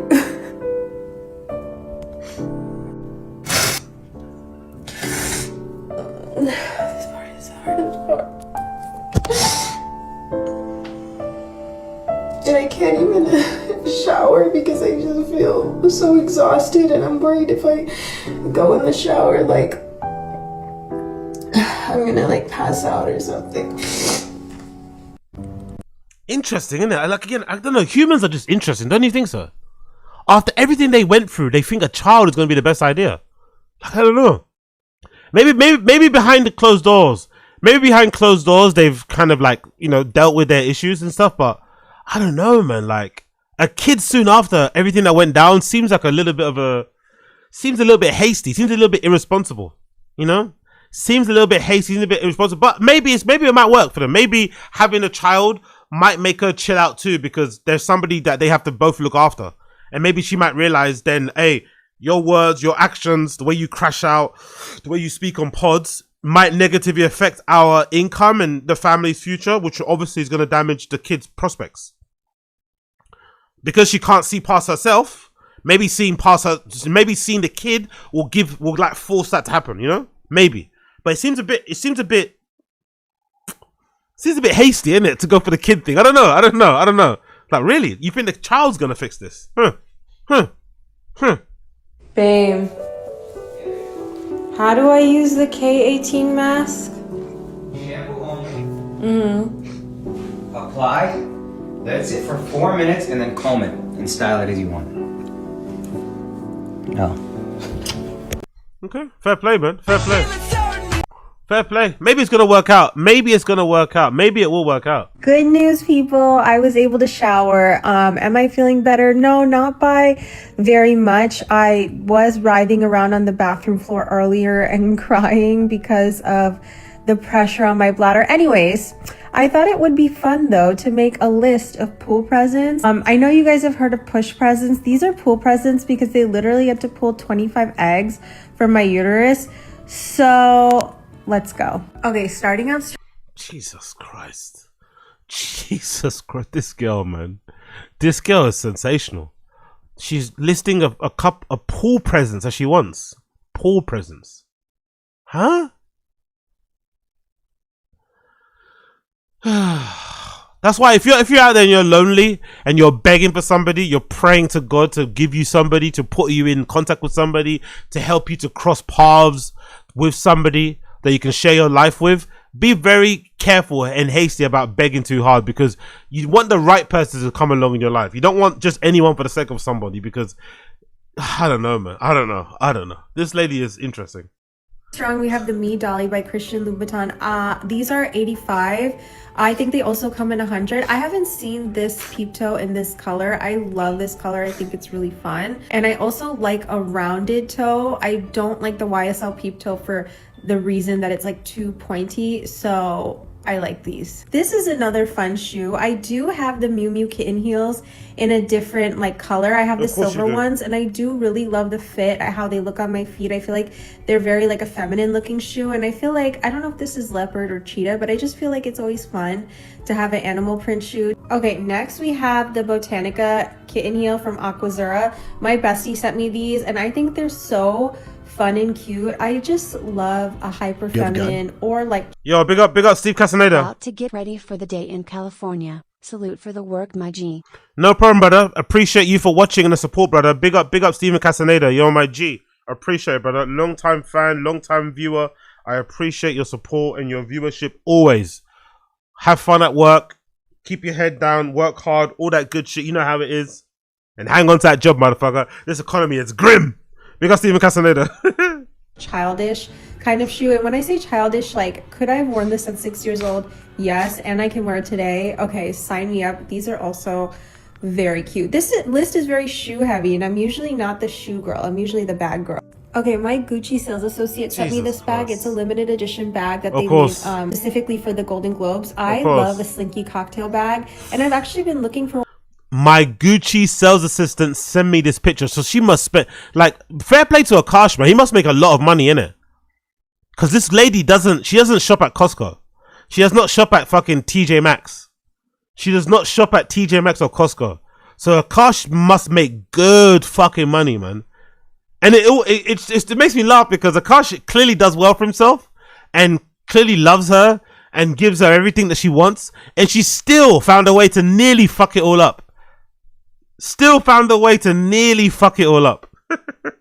One, because I really don't have any bags that I could like go out with, but I'm like looking for something that I could wear more with Indian outfits. I've also seen the Lady Dior that's like bedazzled and mini, but I want it to be like really mini because like I don't like to carry a lot with me to parties, so this could be a contender. And last but not least, look at this insane Goyard bag. I just love a Goyard that's like a different and kind of unique canvas print. So I don't really have a sales associate there. I have someone I worked with before, so I might just text him and ask if they have this in the store. And look at the close-up. Yeah, like I've never seen like the purple and blue together, and I think that's really pretty. And also look at this one. Like this to me looks so chic, like this hobo bag in the white. And now look at this close-up.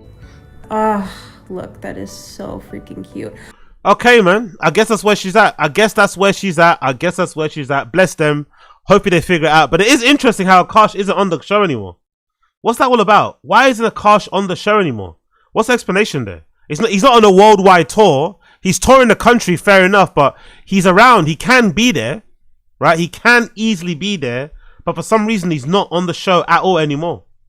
What the fuck is going on? Why isn't Akash on the show? That often anymore? Seems a bit weird. We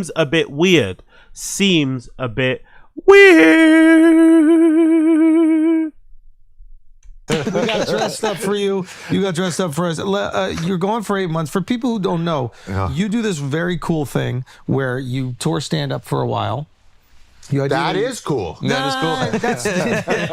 You should try it. My manager would like that. So would my agent. These basketball teams are like, we have off nights. Yeah.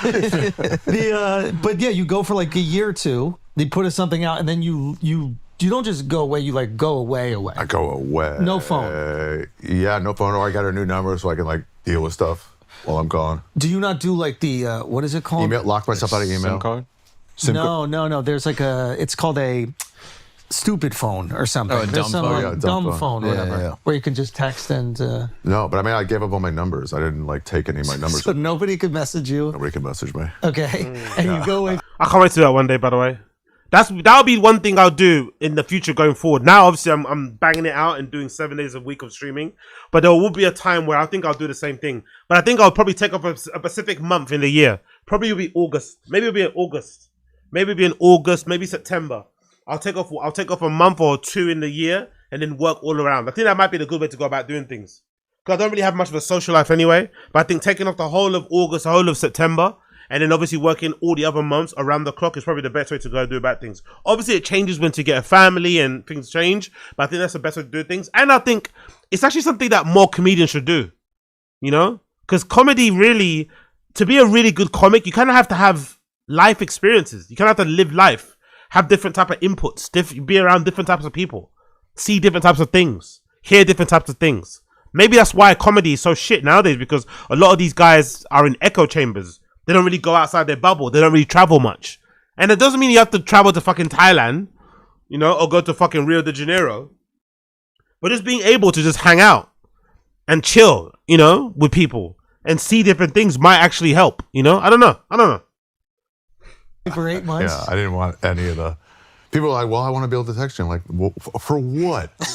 What are you going to tell me? How DEI hires are ruining America? Dude, you'll cover everything till I'm back. Wow. I want to know. I don't need to know any of this. We need to fill you in on so many stuff. I know, that's so 2023 right there. Yeah. Okay, hold on. Let me just tell you, I've been off the news before I left, but for real, since July, I don't know anything. Anything. Legitimately nothing. You're in the right place. So anything you tell me now, hold on, how do we do this the best? Yeah. Big up Schultz, big up Key P. Schultz is phasing him out. It's actually true though. Let me actually check the flagrant Reddit. By the way. Let me check the flagrant Reddit. I'm really curious to see what the fuck is actually going on. Has anybody mentioned? Has anybody spoken about what the fuck's happened to AKAASH? Is AKAASH just like not on the show anymore? What's people saying on the Reddit? What's the latest? They have to address. There we go. They have to address the current at some point, right? They have to. Let's say. Do they? When was this? When was this posted? 12 days ago. I'm pretty avid OG listener, and I don't think they've ever addressed where the fuck my man has been at. There's been between regular and Patreon episodes. I probably feel like AKAASH more than most, but I'm just curious. When will it be addressed? They literally joke about it in the first 10 seconds of today's episodes. He's on tour, no? Hey, if anyone actually cares if it's real or fake, they can fact check the causes. Go to the ticket sales of AKAASH on site. He's mostly selling out and some. So, but he's not on tour where he can't do the show though, is it? Like, hold on, am I bugging out? But like, where has he been? The way he can't. He's not been out of the country, has he? Since he's been in. So he started his tour in January. Boston, Boston, Massachusetts. What's that? Mansantucket.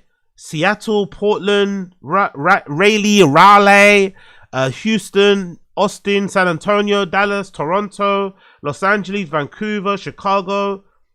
He's not going out of the country ever, it seems like. Oh no, I guess Canada and Toronto. Toronto obviously counts. But he's going to be in the States the entire time. So there's no reason why he shouldn't be there.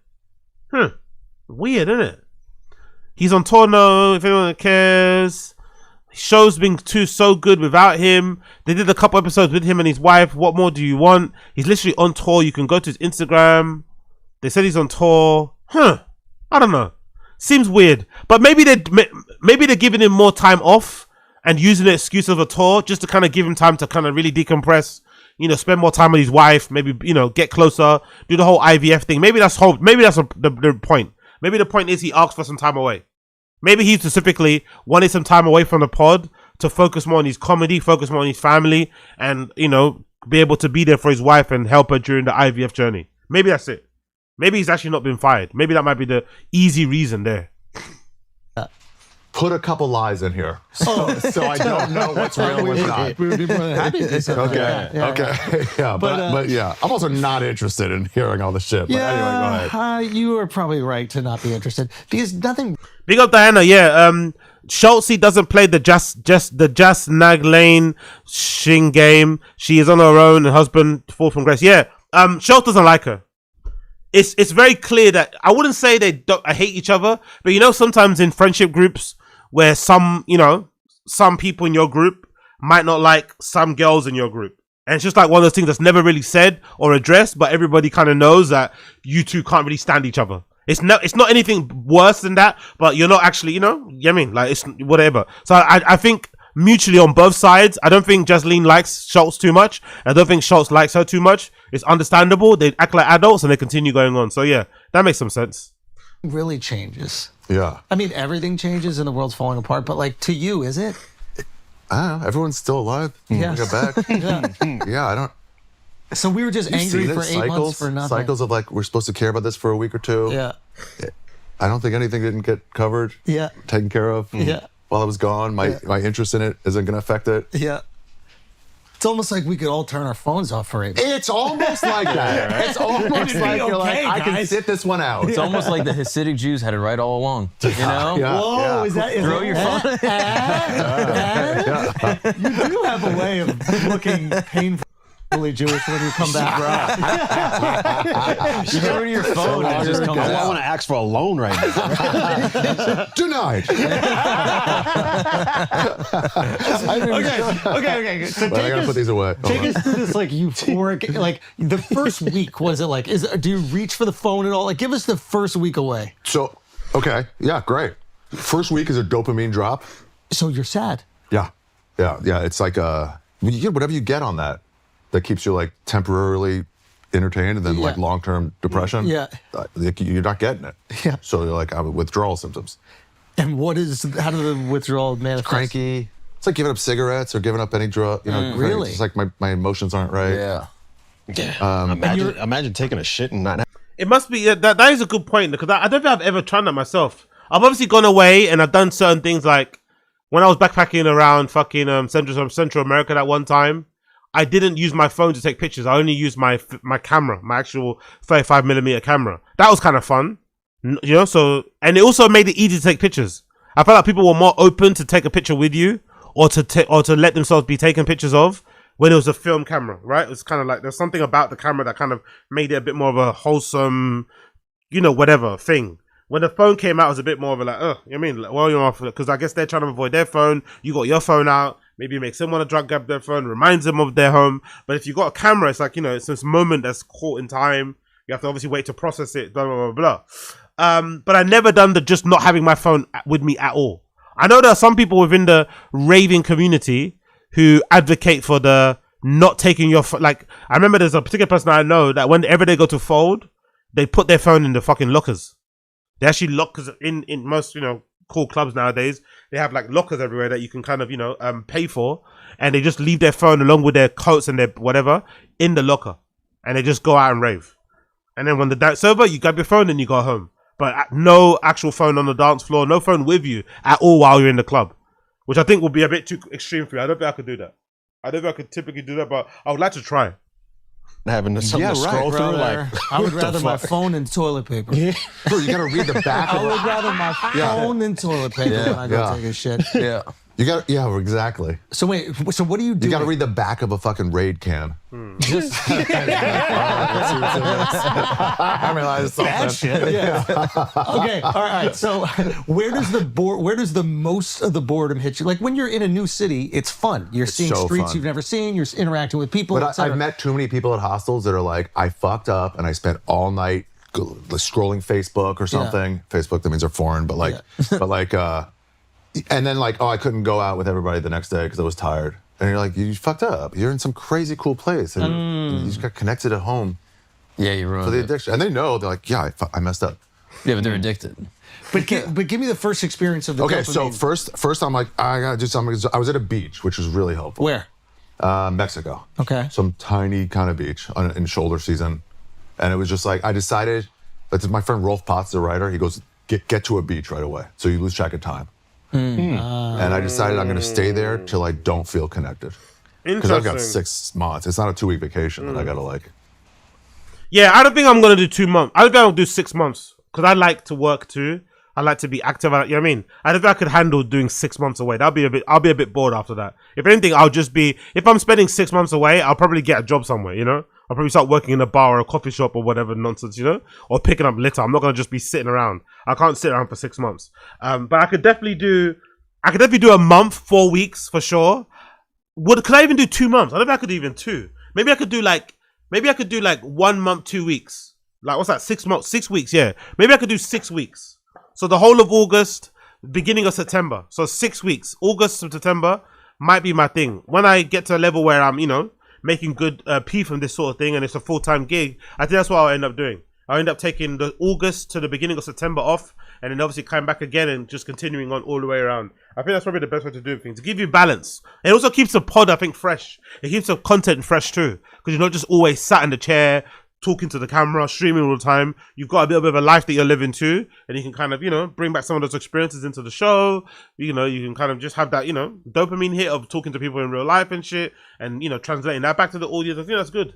And especially for the ones that don't leave their house, I think it's nice for them. If some viewers have a parasocial relationship with you, they might be willing, they might be happy to be a viewer, because they get to live vicariously through you. So to give them something to kind of look forward to, live a life as well, where you can kind of work and then chill. But I don't think I could do 6 months. Most I could do might be 7 weeks, 8 weeks off, but 6 months, too much. Get going. I'm like, I'm gonna stay. So there were like 4 days, not nearly enough. 6 days, not, and after about 8 or 9 days, I was like, I think I'm good. I was checking Yankees scores for like the first 4 or 5 days. Laptop? No, I had a phone, but Right. it just changed my number, and I got a new phone, so I didn't take any contacts on it. No social media, but you still have the none. internet. Yeah. Yeah. And then I realized like this is even ESPN.com is connecting me to. So I was like, you know what? I'm going to log back in. I check the date when it's about a week off from the playoffs. I'll see if they in it. Yeah. They were. Yeah. I stayed with them until they got eliminated, and then I went right back off. Wow. Nice. Whoa. Okay. Yeah, I think that'd be the hardest thing for me too if I went away. Like, I would want to watch United games. I'd want to watch United games. Maybe I wouldn't watch like fan channels and shit and fan cams or whatever. Maybe just stick to watching the actual game, and then when it's over, it's over. But that would be the hardest thing to like disconnect from, like just not watching football. You know, I don't think I could just not watch football. That would be really hard to do. Yeah, but then I filled in. Oaxaca, I found a fucking local baseball team that was headed into playoff season. Okay, so you find Yeah, you the find Guerreros. another Shout out thing to- Guerreros. Yeah. Number one team in Mexico League Baseball. Got it. MBL. Yeah. So you just replace it. We still need distraction. There isn't this Yeah. world where we're just gonna like stare off into the distance and feel happy. We just can replace it with like a more satisfying, fun new things. Do you think of better ideas in the silence? Bro, yes. I really wanted you to say no. Yeah. say no so Not at badly. all. I Bro, found I'm jerking off all day. Yeah, I started jerking off like this, sideways, and double-handed. And I was like, I never would have come up with this idea to return emails. Yeah, the Indian burn. The Indian burn's a classic. Yeah. Because it's like all day, I'm like on my bike, I'm listening to music, I go home, I put on a podcast, I got a YouTube video, I'm going to sleep. But it's just like nonstop input. Clutter. Yeah. And then I am in the shower and I'm like, I always think of good ideas in the shower. Bro, this is going to sound legitimately gay. And I hope, if Shane Gillis, if you're watching, turn this off, because I know you'll make fun of me. Yeah. My mind exploded after about 2 weeks with just thoughts. I was just like, what? Just like firing on all cylinders. Like what? Just new thoughts, creative ideas. This show that I just put out, I figured out a way to like, to start it and frame it all. I was like, oh, I know how to frame it as a book with chapters. I just didn't have time to think. But big up Casual, exactly. See what they're saying here? Big up Casual. They're acting like Ari did something so profound. He just fucked off for a bit and grew a beard. But that's the problem. That's the really sad part about it, my friend. It's not that profound, but to them it is, because they all live the same type of lifestyle. It's the same circle. It's the same cycle. It's the same cycle. They all do exactly the same thing. They record a pod. They go to their comedy spots. They record a Patreon. They answer some DMs. They answer some emails. They go to sleep, rinse and repeat. They don't really do much else. Which again, I think the fact that the collective shock and awe and wonderment and bedazzlement, right, and bewilderment at Ari Shaffir going off traveling and coming back, I think speaks to why comedy in general is kind of shit. Because I would have thought this would be normal for comedians to like fuck off for a bit. Oh, I'm not doing any spots this weekend. I'm gonna drive across the country, go to this really cool bar that I like. I heard this place has great smash burgers. I'm gonna sit in there and eat the whole day, talk to some locals. I thought that was what comedians do. I'm gonna sit in this dive bar for the weekend and get fucking shit faced and see what comes to me. I'm gonna go off and write. They don't do nothing. They all do the same thing. They spend too much time podcasting. They spend way too much time recording, adverts and shit and fucking drops. They spend too much time doing that, not enough time living, which is why we do get such subpar comedy. That probably speaks to it. They spend too much time in the green rooms or in parking lots with their own tribe, in their own little bubbles, in their own little comfort boxes and stuff. They don't go outside of that zone. They don't. I bet most of these comedians don't even hang out with open micers.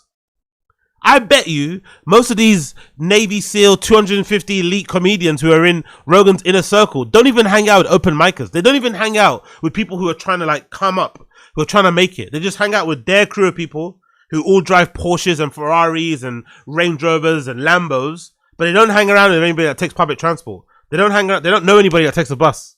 They don't know a single person that takes the bus. And you wonder why their comedy is shit. That's what I did last. I came up with Jew when I was in Southeast Asia. Where I was like, oh, I want to do it about how, and I'm not rushed in. Yeah. How would I cover it? How would I do it all? Yeah. Yeah, you just like think clearly. There's no emails to get back to. This sounds awesome. I wish I could do this shit. You can. Are you? Why do everyone say that? I wish I could do this. You all make. None of these guys have 9 to 5s. The only reason why you can't do something like this if you have a 9 to 5, because your mandated like vacation time doesn't allow it. In the UK, I think we get like 28 days or something, right? And usually you can't take all those days in a row. There's usually a max amount of days you can take back to back. But unless you work, if you work for yourself, essentially, if you're self-employed and you earn a decent enough living, you can do this easily. Especially if you go to like a third world country. It's not that difficult. I don't know why they're acting like it's so hard. It's like, not really. Like Dominican Republic, Puerto Rico, some other places in South America, Central America, these guys could easily go there and chill for a few months if they wanted to. But they don't, because they don't want to, or because, it's something they kind of really care about. But it's not that far-fetched and crazy. Like, it's really weird that, I don't know, maybe it speaks to the American job market in general, because you guys have way less vacation days than we do, right? I think in America you guys have like 10 or something, right? Crazy like that. So maybe because you have 10 days of vacation time, there's no even point trying to entertain taking a sabbatical or going somewhere. I mean, like, there's no point even entertaining that, because you have to work, you got to pay bills. There's no time. You can't even entertain the idea of going away somewhere. You go away when you're retired, and even then you might still be working. So maybe that's the reason why. Right, it's really odd how they're so captivated and shocked by this. Like, I can't believe he did that. It's like, it's not that difficult. With a group of people, or you're alone? Yeah, you meet people. Yeah. Meet people at hostels. Oh, you're like at hostels. You're not. Oh, wow. It's the most social way to do it. That's also the best way to do it. I've seen people that go on like trips and they'll go to like Peru in the state of resort with a bunch of French. Big up Casual. Yeah, good point, AZ. It has to contribute to why they aren't very funny. They just do the same thing day in, day out. Exactly. Big up Shades Car. Big up my guy Shades Car. AZ, we've been watching this for over a decade now. We know what Ari does. I appreciate it, but we know this man. Fair play. Fair play. Fair play. Maybe I'm gassing it. Let's move on then. Fair play. Big up Shades Car. Big up Shades Car. Actually, let's finish this one segment and I'll move on. We'll do a bit of Tfatk. People. Yeah. And it's like, what's the point? You're staying in America in Peru. Yeah, I mean, there's meeting locals and then there's meeting other travelers, which is mostly what I did. Yeah. Yeah, big up Keepy. They ain't got that kind of mumps there, chumps. Plus, they gonna be doing that MAGA grift. Yeah, true. This was easier than Southeast Asia because at least it's one language. You're fluent in Spanish. I can speak. Yeah, you start to excel and really actually talk to people. Yeah, it's great. And find out like, oh, my theories about you are wrong. Yeah. Met a lot of people. I met some guy in like Peru. I love how you said theories instead of stereotypes. Tell us your theory. Well, it's like, can you I'll start using that. I have a theory about Chinese tourists. I can get in trouble with my theories. I have this theory that you're going to steal. My theory is you can't spell theory. Yeah, like you meet villagers and like, how many kids? Like one kid? And they're like, they're expensive. I'm like, I wouldn't have thought you would think that way. Yeah. Wow, okay. You just like humanize people that you're like. Because they don't have Mexicans to look after them. Right. They gotta do it themselves. Yeah, exactly. They're paying full freight, right? Yeah. And then like nothing is political to them. They're like, it rained early this year. I don't know. Like climate change. They're like, yeah, what is that? Change?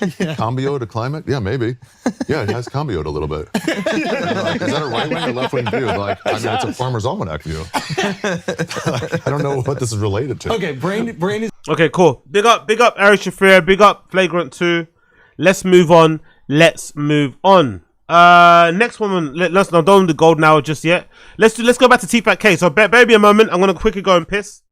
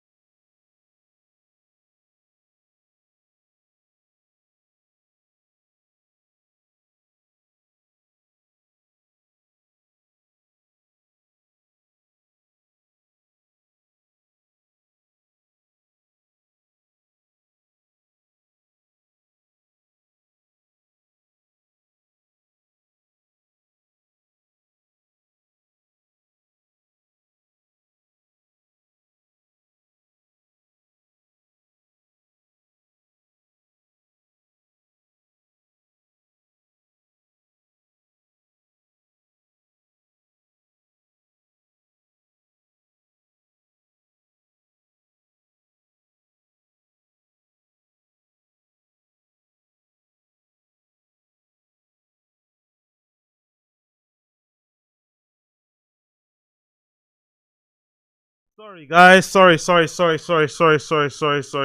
Everyone's left, and everyone's left. Apologies. I had to attend to my landlord. Apologies. Had to attend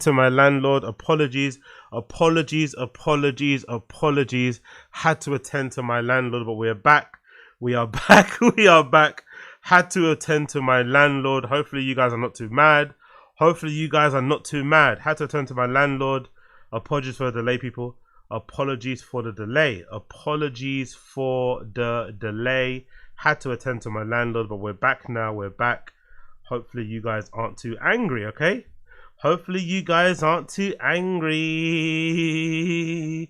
Big up everybody. Hope you're all good.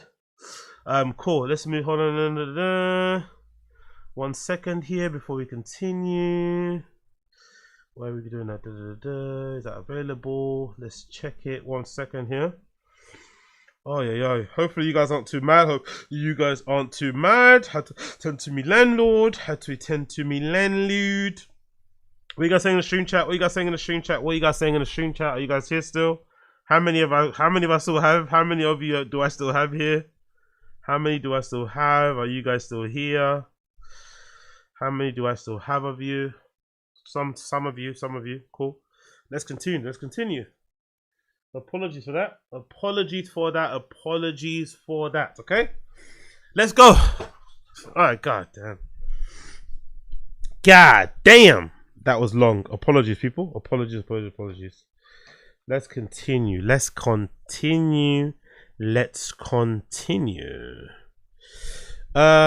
hold, sorry, I don't have any hold music. I wish I had hold. I should have had hold music in it.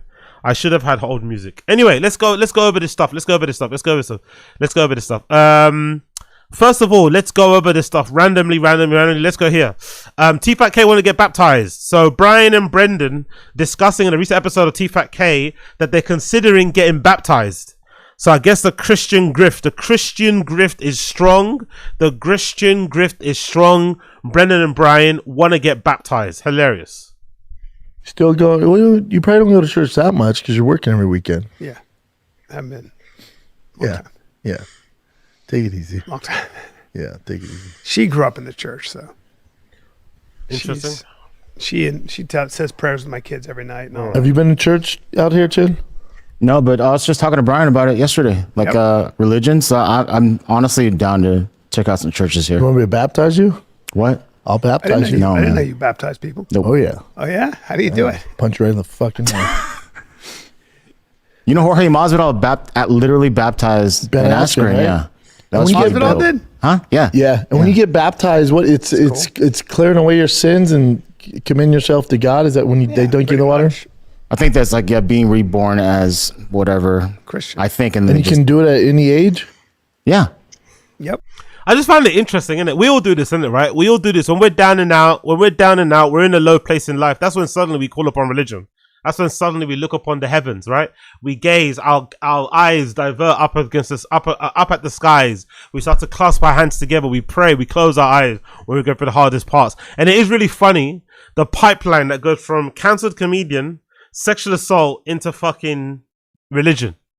I do find that interesting. Or just a pipeline from being right-wing, MAGA, and going down the religion path. But I also find it funny how the people that say that are usually the most ungodly. You know, they live really ungodly, they don't live according to the doctrines of the Bible or whatever religion they're currently following at all. Zero. Their day-to-day life. They're married they have kids out of wedlock, multiple kids, like whatever, they're usually very mean people as well too, right? Like how many Christian right-wing conservative people do you know who are really mean, very, very mean people, always have nasty things to say online about people, not the most loving and accepting of people and differences and whatever else lifestyles that they may lead. Really interesting. So I really find that funny. You're the person that gets cancelled. Imagine you're Bryan Callen. You got cancelled for whatever sexual assault allegations that you had on yourself, right? You want the world to forgive you and your past indiscretions or whatever it may be, but you're not quick to forgive the world or other people when they do things that you don't agree with. But also, this would have never been a conversation if Tfatk were where they used to be.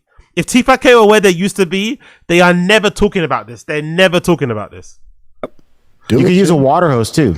It's literally just water. Hey, buddy, put some effort. I know, but I'm saying you could. Bro, if you're washing me down with a fucking garden hose. Get in a lake. Yeah, you can do it in a lake, right? Yeah. You do it in a bathtub? Yeah. Anywhere. I need some more holy stuff there. You can't be doing it, washing me down with a garden hose. My buddy told me he was in Zimbabwe, and there was a lake, and they wanted to have a. Big up the comment. I'm just reading through the chat again whilst I was away. Apologies for the delay. Big up the chat. Big up casual. AZ taking his 6 weeks backpacking trip like Ari at the moment. Imagine I just decided midstream just go backpacking. Midstream, I just decided to go off backpacking and the stream just get running. I wonder how long does the stream run until it ends itself? There must be a time, right? I wonder how long does the stream keep running on OBS until it ends? I guess, you know, if the electricity is on and the Wi-Fi is on, it just continue indefinitely, innit? Just indefinitely keep running in the background. That'd be so sick. Ah, shit. Sorry about that. He was a Navy SEAL. They were paying him to train. What they wanted was an aquatic force, and they get in the thing, and they had this shitty scuba gear. And my buddy looks at the lake, and he goes, "There any crocodiles?" And the guy goes, "They don't attack during the day." Okay. And he goes, "Is that true?" And he goes, "Yeah, no worries." Is that what they told you? So they all get in the water. They're all in the water, and they're practicing stuff. And he's like a little sketched out, and he's like, "All right, well, I guess that was what it was."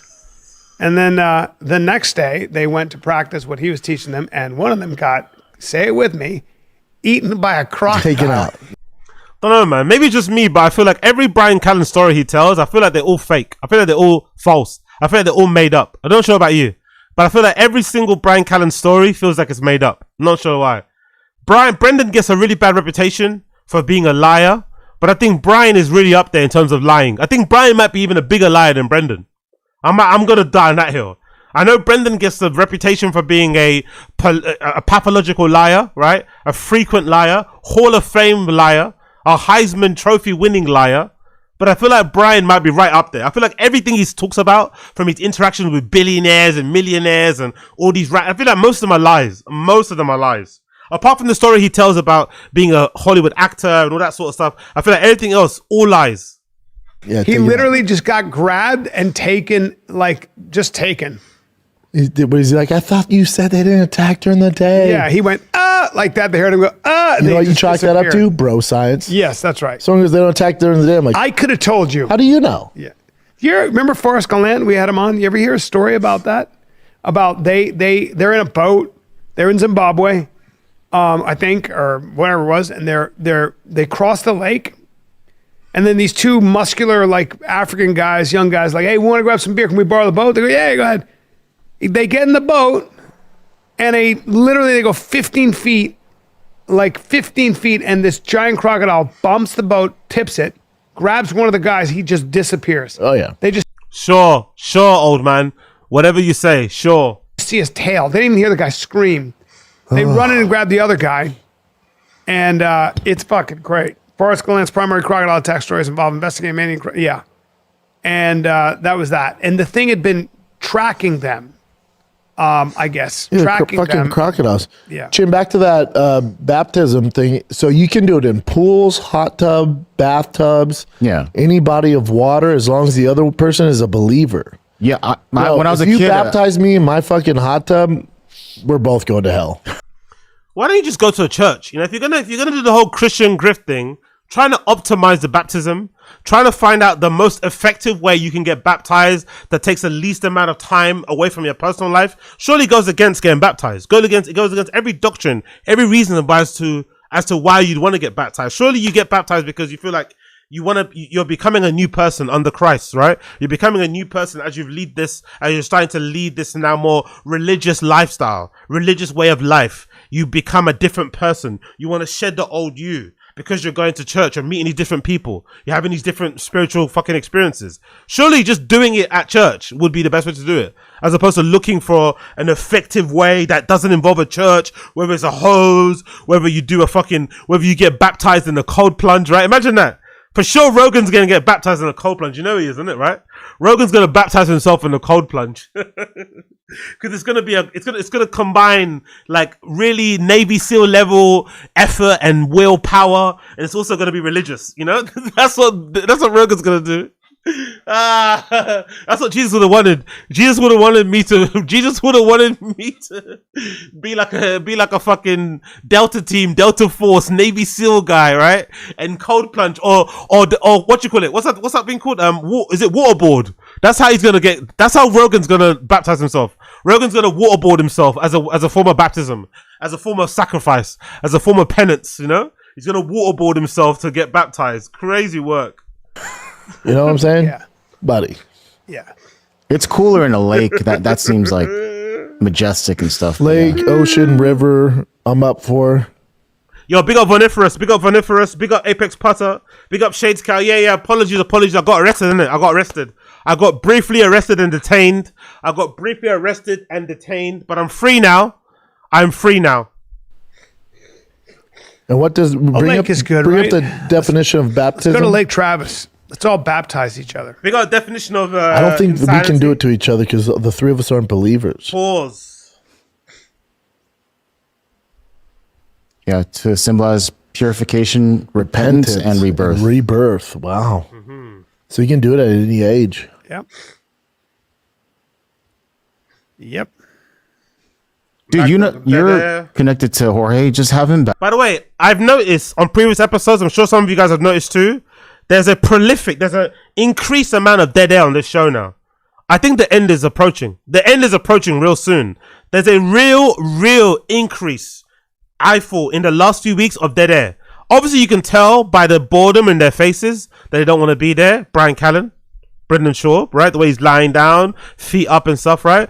I think the body language sort of screams non-entertainment, right? The body language sort of screams non-entertaining, not having fun, whatever else it may be. And obviously Bryan Callen's face over here.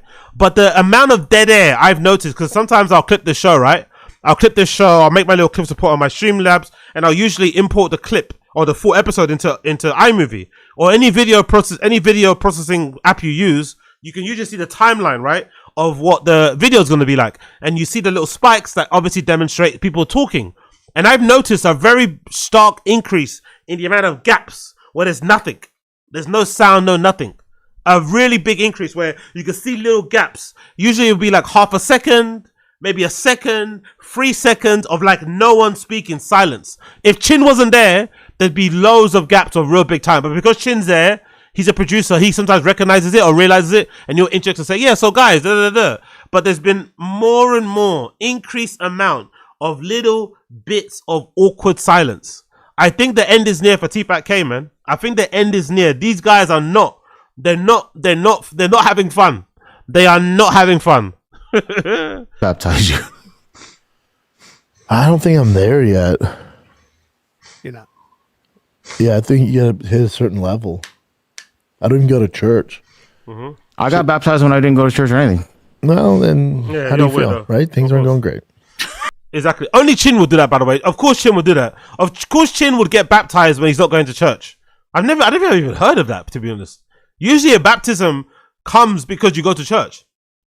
You're going to church, maybe the pastor, the deacon, whoever minister, somebody there suggests it to you, or it comes up and you think that's a good idea. I don't know. I don't think I've ever heard of somebody say, just sitting at home and be like, you know what, I want to get baptized. Usually it's because it's usually something that you do as you are going down this journey and you're deciding to kind of live a more religious, spiritual life. You decide, you know what, actually this might be the next big step. This is the next step I'm going to take. No, I'm just sitting down at home playing Call of Duty one day like, you know what, I'm bored. I want to get baptized. Weird thing to do, but very on brand for Chin. Very on brand for Chin. Very weird, but very on brand for Chin. Did you grow up in the church? Koreans are pretty. Yeah, we went, but it was never like a consistent thing. We would just go sometimes and not go. You could see Rogan getting baptized. He's going to church a lot. No, I would never see him get baptized. You don't think so? I don't think so. You don't think you jump in there, try it one time? No. If there's cold plunge, if there's ice cubes involved, if there's some sort of steel, 19s 20, 19s 30 looking bath full of ice cubes that he can get his fucking, you know, nipples all nice and pointy for, he finna jump in there head first. You do it as like a cold plunge. Rogan gonna be the first person in the world to get baptized in a cold plunge wearing a rash guard. Full rash guard in a cold plunge. That's how Rogan's gonna get baptized. Or in his full gi with a black belt on. He's gonna get baptized in his full gi. First one ever to get cold plunge baptized? Rogan's so intense. Like if he decided to be a Christian, it'd be like a whole different thing. Fucking in. And by the way, everybody would be converting. You know what I mean? All these young men. Oh, relax. No one's gonna be converting because of Rogan. Relax. But no, he's not there. It does feel pretty like, you know, it's kind of, it might be the placebo effect, but you do feel like, oh wow, something happened, and you just feel like more like alive. Holy. Yeah. Oh. More holy. Oh wow, something happened. Gotta love Chin in it. Oh wow, something happened. Oh wow, something happened is crazy work. But hey, you gotta do what you gotta do, innit? You gotta do what you gotta do. Big up those guys. Big up Blood Clot. Those guys. Done. Cool. What else we got to do now? Let's do that. Let's do Tfatk in dentist, chin facial insecurity. Chin facial insecurity and Tfatk K dentist talk. Tfatk K dentist talk. Chin facial insecurities. Let's play. He was incredible. Dude, I got a question for you boys. When's the last time you went to the dentist? I just went. Really? You go routinely? No, I didn't go in like 25, 30 years. And I just was when I moved to Texas, I went. How was it? It's fucking, I have a lot of work to do. Do you have issues? Yeah. Do you go routinely? Well, of course he has. Do I go routinely? Well, I certainly don't.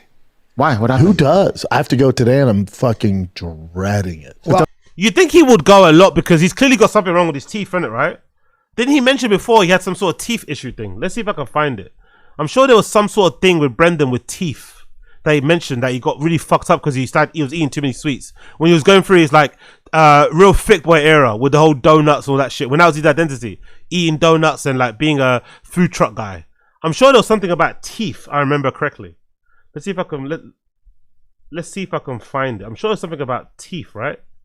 Teeth. Let's see if I'm right. Something about teeth that he was like, let's see. After previously staying dentist and brushed his teeth was Soy Boy. Brendan admits his teeth are awful and fucked up from nicotine. Yeah, this might be the clip. Brendan admits his teeth are fucked up. Fuck. Yeah, that's what he used to say in it. He used to say like brushing your teeth is not necessary. Brushing teeth or having any type of oral hygiene is like a cope. It's like not. You know what I mean? Like I think Brendan's got the same view of brushing your teeth as showering. You don't meant to shower every day. What's the point of showering? It's like, brother, you look like a sweaty person. You look like a sweaty person. You look like you eat like shit. If anybody in the world needs to brush and shower regularly, it'll be someone who looks like Brendan. You know, not to be offensive or anything, but he does look like somebody that probably does need a proper good brushing of the teeth before and after a meal and regular showers, maybe twice a day. But what do I know? Old clip here. Oh, fuck. It's the only thing they do right. Their pizza is trash. Just warm cookies and ice cream, man. It's so good. Yeah, I love that combo myself. I can't eat anymore because I have bad teeth, but fuck yeah. But you could eat fucking burgers and shit? Exactly. If the ketchup hits my teeth right, it's a nightmare. What happens to your teeth? Anything with sugar in it ruins my teeth. What's wrong? Jesus Christ. So you can eat burgers, but if the ketchup touches your teeth, it's a madness. If the ketchup touches your teeth, it's a madness. What? Huh? ¿Qué? ¿Cuándo? Nah. What caused that? Nicotine. That'll do it. It's wearing my teeth out. I think so. Yeah. I have to use like a super sensitive toothpaste and Sensodyne? shit. Yeah. You are that guy. No, I have the medical grade though. Damn, that's sensitive? It's so insane. Wow. Yeah. It started because I started using that charcoal toothpaste because someone told me it's better for me. Charcoal's alright. It's not though because it doesn't have fluoride in it, so the enamel on your teeth wear out. Fucking hell, man. So what do you think that happened for? Do you think that's because of the streets or because of the Could he have fucked his teeth because of that alcohol era? Can whiskey fuck up your teeth long term? Is that a thing? I don't know if that's I'm assuming it can, right? Can whiskey mess up your teeth? Your teeth long term? I don't know. Let's see. I'm assuming so, right? I don't know. Maybe good ones not. I don't know. Long term, sorry. Yeah. What does Gemini say? Yes, long term regular consumption of whiskey can cause significant permanent damage to your teeth and gums. While whiskey itself is not sugary, as mixed drinks or wines, its high acidity and drying effects and potential cause for enamel erosion make it a risk factor for serious oral health issues. Could he have permanently fucked up his teeth because of that one little short period in his life where he was an alcoholic? Honestly, how is alcohol so dangerous? How is alcohol so dangerous, bro? How is alcohol so dangerous that he only had like, how long was it? A couple of years of being an alcoholic, and then it really had long-term consequences and to his actual teeth. That's pretty fucked up, isn't it? Fucking hell. Big up our people in the stream chat. You're literally passing sugar through your teeth. Fair, true. Alcohol will destroy your teeth 100%. Alcohol leads to dehydration, which, yeah, exactly. Big up everyone in the stream chat is basically being as smart as Gemini, if not smarter. Big up Stevie. Alcohol leads to dehydration, which can fuck up your grill during sleep. Big up Apocalypse. You need fluoride to avoid that. When I was using one without it, I noticed issues also, mostly on the sensitivity, probably from the Zins. Oh, Zins as well fuck up your teeth. I didn't know that. Is that true? Can Zins fuck up your teeth too? Yes, long-term Zin use can significantly damage damage oral health. Nicotine additives can cause severe permanent gum recessions, exposed tooth roots, localized bone loss. The pouches can also cause dry mouth and reduce saliva, which increase the risk of cavities. Ah, so dry mouth really fucks up your teeth then, isn't it? Like dehydrating your mouth in general is not a good thing. Anything that causes dehydration of your gums or of your teeth is really a bad thing. I had no idea. Holy shit. God damn, okay. Fair play. Damn. I got problems. Yeah, though. you do have problems. Yeah. I'm actually surprised at how many stimulants and shit you've talked about using is insane to me. Oh yeah. It's actually impressive. How about like vanilla? Yeah, big up King Bayou. Big up King Bayou. It wasn't just the alcohol. It was the alcohol, the fighting, the football, the smoking. He doesn't even brush his teeth. Yeah, that's true. That also doesn't help too, by the way. And just refusing to brush your teeth also isn't a good thing. That's definitely gonna not help you with your oral health for sure. Years, man. Just like replace them all. You know what I'm saying? I thought about it. Really? Adderall is bad for your teeth? Really? Let me see that. I didn't know that. Adderall. Really? God damn. Yes, long-term Adderall can also negatively impact your dental health, primarily through side effects that lead to chronic oral issues. While medication does not directly dissolve teeth, its consistent use can create an environment that leads to severe decay and enamel damage. How Adderall can affect your teeth: chronic dry mouth, xerostomia. Adderall is a stimulant that can significantly reduce saliva production. Saliva is crucial for neutralizing acids and washing away bacteria. A chronic lack of saliva allows plaque to build up rapidly, causing fast-acting cavities. Teeth grinding, bruxism. Adderall can increase muscle distension, cause involuntary clenching or grinding of the teeth, increase risk of decay. I had no idea. So basically, all drugs are bad. All drugs are bad. Live a clean life, live a sober life, and you're fine. You prevent basically, if you're sober, you avoid 99% of life's issues. Maybe let's say 90 to be fair. If you're sober, you avoid 90% of life's issues, from your teeth to your health to your long-term life prospects, to your relationships, your friendships, your jobs, employment. Avoid all drugs and alcohol, and you're basically fine. Obviously, it's less of a fun life, right? It's not as fun of a life to live. But if you can put up with being surrounded by drunks and alcoholics, you're going to live a far longer, healthier life in general. Rah. Interesting. Adderall, I had no idea Adderall could fuck up your teeth. And he does all of that. He does everything. He had that food truck diary era when he was eating loads of shit, doesn't brush his teeth, doesn't shower, alcohol, the excessive alcoholic period where he was drinking whiskey from the fucking straight to the face, the Adderall, the pouches sticking set. Like now, he's got about 6 in his mouth right now. Damn. You ever looked at how much the veneers are, man? Oh, well, it depends on where you are, man. You can like go somewhere and get that's what I'm saying. You can get some cheap ass veneers. I'm not trying to go to Tijuana and get veneers, though. But you can get them because they shave down your teeth and shit. You can get them. I'll hook you up. Oh, I don't really? have them, but I know places that do. Because I had looked into doing it, and then I was like, I feel like I get roasted though if I You show up would, and I just got 100%. fucking Just gleaming. curlies. You're 100. Of course you're gonna get roasted. By the way, I'm surprised. I'm not gonna lie. Given how vain Brendan is, and given the amount of cosmetic stuff he's already done to himself, like he's gotten Botox done, he might have gotten a lift done as well, right? He got his lips done. I'm really surprised he hasn't got veneers. I'm really surprised he hasn't got proper Essex fluorescent white Turkish chompers. I'm really shocked he doesn't have them. Really surprises me. Considering everything he's already done in his life, why doesn't he have his teeth done? You know, all the other stuff he's done cosmetics wise in terms of his insecurities and his looks, the fact that he hasn't got his teeth done is really surprising.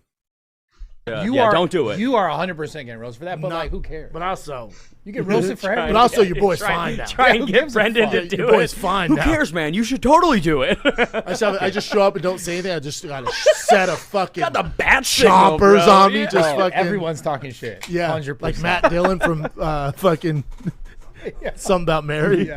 Yeah. Good point, Asadaziz. He has severe anxiety. That's why he hasn't got to Destiny. That's true. Yeah, he does have a lot of anxiety. You're right. This is what Kavik is going to look like in 5 years. It's fucking crazy, by the way. Absolutely crazy. Replace the drugs with sweets and starch and get the diabetes, high blood pressure and obesity. Just do the adult vitamins and take the stress off. Yeah. To be fair, I think the only way to do adult vitamins is to do them in moderation.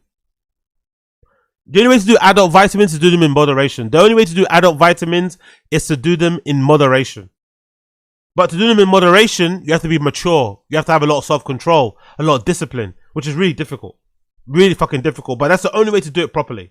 Maybe once a month, maybe once every other month. You know, you don't let it continue throughout more days. You do it on that one particular day and you get it done. But the rest of your life, like, you have to, like, if you have 31 days in a month, you have to live 30 of those days clean. As an adult, there's no other way you can. If you do the opposite way, you get fucked up. But then in another way too, the body's really resilient, man. The body's really resilient. It takes a lot for you to die from that shit. It takes a lot. Like, look at Wings of Redemption. Wings of Redemption is like 500 pounds or something, right? Look at fucking Amber Lynn Reed. However she is, massive unit. Look at the other guy, Only Use Me Blade. I know he got his foot taken off, but he's still alive. I know he had to get his foot amputated, but he's still fucking alive. And look at the amount of damage he's done to his body with alcohol. The body is incredibly resilient. Incredibly resilient. So you can get away with a lot of damage due to yourself. You know, you can get away with putting your body through a lot of fucking damage before you really start, you know, before you basically pay the price in a fatal way. It's kind of wild. Kind of fucking wild. The last time I have that time, Invisalign that I don't wear. No, the last time you went, you said Sober like you said the dentist was like, "Oh, dude, it's not that bad," or whatever. You're like, "Oh, Wait, throw them out? what?" It's such a waste of money. No, I want to keep my teeth straight. You've had how long? Remember you wore them on the podcast? So annoying. That's a good point, actually. Big up Asad Aziz. Just mix your drinks with them with a straw. Hydrate while you drink. Drink occasionally. You'll be okay. Everyone I know when I mix everyone I know when I mix vitamins with drinks, you take less. Yeah, that's a good point. That is a good point. To be fair, anyway, you can't do that much when you get older. When you get older, naturally your body just stops. You're unable to, you know, take as much as you did. I know in the past when I was really on my party boy shit, like I always say, there was a time when I used to do like an 8-ball of MDMA a weekend. I used to go through 3.5 grams of MDMA on a weekend. And again, MDMA is it's a bit of a social drug, right? It makes you feel really lovey and dubby. Dopamine is super high and shit. Cortisol spiking, and you want everyone to be your friend, and you want to hug everyone. And I was also a bit of a people pleaser back then. I'd be wanting to share my shit with everybody. But I still did the majority of that 3.5 on myself. The majority of that 3.5 I did on my own. I did on my own, bro. On my own. You know? I did that shit on my own, that majority of that 3.5. And yeah, that shit was brutal. But after a period of time, you can't do that. And like I can't even imagine even putting my finger in one now. You know, I couldn't imagine even taking a little dab. It made me want to barf. But I remember back then I used to do, and you know what I mean? It's just, your body can handle way more when you're younger. But when you're older, I think it's also a good thing if you've kind of been on that sort of stuff to also, when you're older, progress, mature. I think it's more than okay to live like a sober life when you're older, man. Just evolve in it. Evolve and move past that stage. Like, I don't know. If you lived on fucking Wendy's all your life when you were younger, evolve. Start cooking for yourself a little bit. Start making your own burgers at home.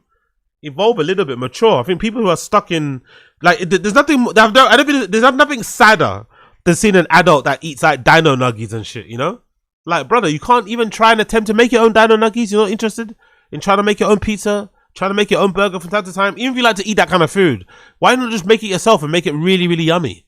Why does everything have to be fucking McDonald's and shit? Like, do you know what I mean? Like, I don't know. Progress past it, I think, is good. Have your fun with your adult vitamins, but you reach a point where you can progress past it. Progress past it. Progress past it, or you too will have rotting and decaying teeth like Brendan. Like, hey, everybody. I'm like, oh, God. Because I knew it was a phase. And it's like, come on, dude. Like, just do it on your own Dude, I had time. a snaggletooth. I know. And it's going back. I fucking dread. Yeah, BLSR disease. The come downs off of 3 grams over 3 days must be terrible. Not 3 days. I took it. Most of that 3 gram went over one night. That's why I eventually ended up quitting. I'm sure. Because I remember there was one time in particular. I always share this story. One time in particular, I was talking to my then friend at the time who I did the parties with, Miles. I was like, oh my God, man, I don't know why, man, but I just woke up and I just feel super down, man. I don't want to do anything. Life is fucking shit. I'm just in a bit of a funk right now. And I remember him just laughing at the other end of the phone, just laughing. Of course you feel like that, you fucking idiot. You fucking, shoveled whatever, half of, whatever of MDMA into your gums. Of course you're going to feel like that. And I was like, oh, then I Googled it and found out that, what goes up must come down. Before that, I don't know, please excuse my ignorance, but I had no idea that was a thing. I had no idea that there was like there was an after effect. You know what I mean? There was like the flip side of it. I just thought it was non-stop highs. That's how naive I was when it came to like my vitamin taking, my vitamin activities. I had no idea that there was a con. I thought it was all pros, no cons. I was surprised and shocked to learn that if you shovel that much amount of MDMA into your gums, there's gonna come a point where it won't be getting you high anymore. If anything, it will have the opposite effect. And yeah, like again, I can't even imagine. Even the sight of it would make me want to vomit in my mouth now. Even the sight of it would make me want to vomit. I'm happy I'm over that place. That was a fun time, but wasn't a good time. Fun time, but not a good time. Oh, dude, you need a dentist pal because you got holes in your teeth, right? That's why I gotta go. What are they gonna do? It's the enamel's worn off on my teeth. Yeah, you have about $50,000 worth of work to do. Jesus Christ! That's what insurance for, but we'll figure it out. What's going on? Why is it so expensive anyway? Of all the parts of the body, why is the oral health dentist stuff so expensive? It's so expensive, bro. My root canal cost me like $2,000, I think, privately to get done. Basically 2,000 when I accumulate all the costs and shit and all the different appointments I had. Probably total of 2,000, or if not 1,500. Minimum 1,500 to 2,000 it cost me to get a root canal done. It's so expensive, man.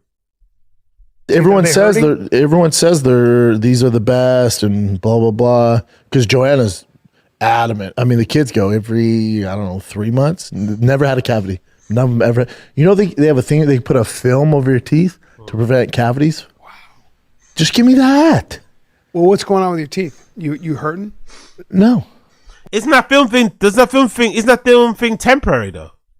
Surely you want a permanent solution going forward. Why do you want a temporary film over your cavity? Surely you want a permanent one so you can go back to just doing normal things, no? Eating and shit. Why do you? I haven't been in like 30 years, B. No, you went to my guy. My up. guy just goes, yeah. I mean, that's a situation. Yeah. Your guy had the touch of a rapist, dude. That's the problem. Oh, sensitive subject. Sensitive subject. Did he realize it when he said it? Probably not the right thing to say to Bryan. Probably not the right thing to say to Bryan. Probably not the right topic to bring up when you're speaking to Bryan Callen, unfortunately. Probably not the right topic. All things considered. They're so aggro with it. I'm like, dude, what are you doing? Yeah. What the fuck are you doing? But apparently this place, they've worked with Tiger, they worked with Joanna, it's supposed to be the best. They don't now with a sensitive mouth. Is that what it was? Like no, just don't be so fucking rough, man. Yeah, don't slap your face. No, what are you doing? Don't make me wear fucking black undies. But apparently now with technology, they don't even need to go. They can just do the X-rays. They can just take a 3D imaging of it. Really? Yep. They don't really need, and they can tell everything. And now what? So you have cavities? You think? No, I don't have cavities. What's the deal? I don't eat sugar. The enamel's gone, so I need that film they put over your teeth, I think. Or you have veneers, maybe? No, my teeth aren't bad. Veneers would be fucking dope. They'd be dope, but I don't know because you got to be careful. Your teeth are very uneven, right? Both of ours are. Let me see. No, my teeth are good.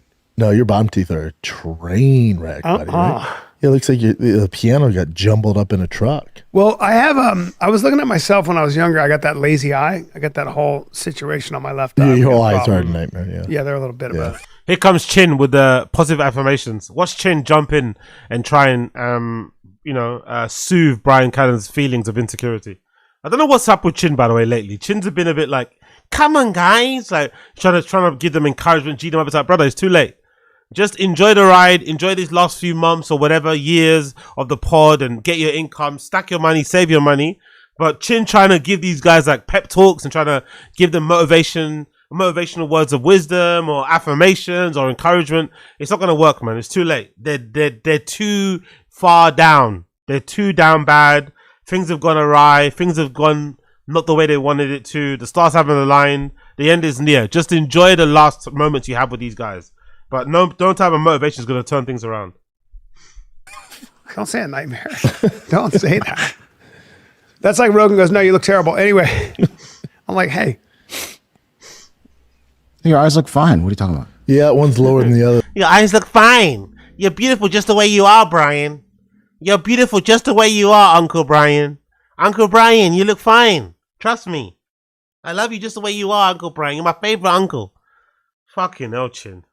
So that's yeah, one is just all off. You know when you see a frog, that's cute. You know when you see a frog, you're like, God, his eyes are a little off. I was 40 there.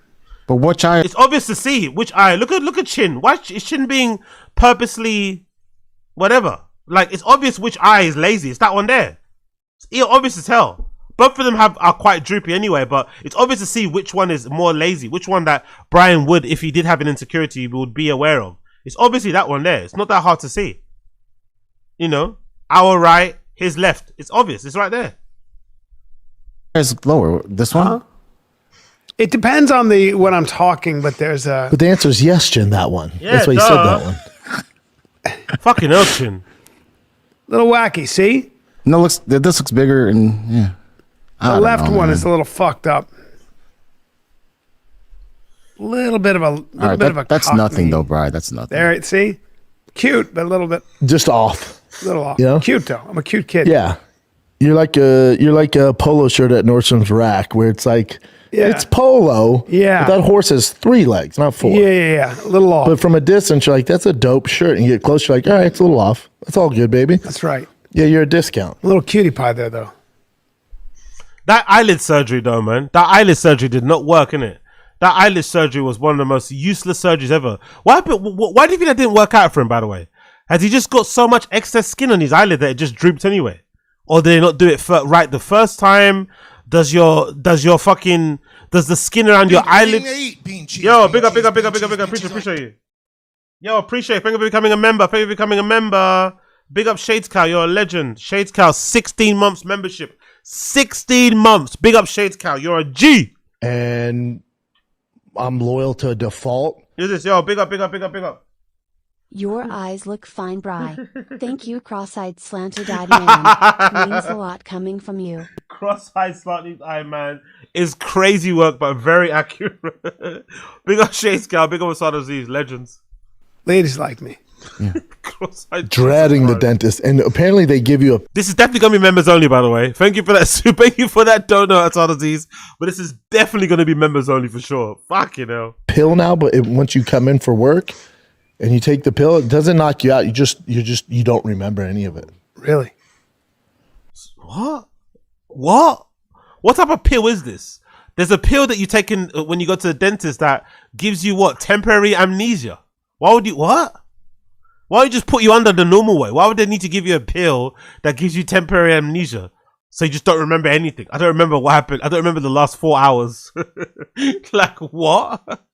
Like, it's not that bad going to a dentist. They just put you under and do the work. They don't need to fucking give you a pill that gives you temporary memory loss, you know?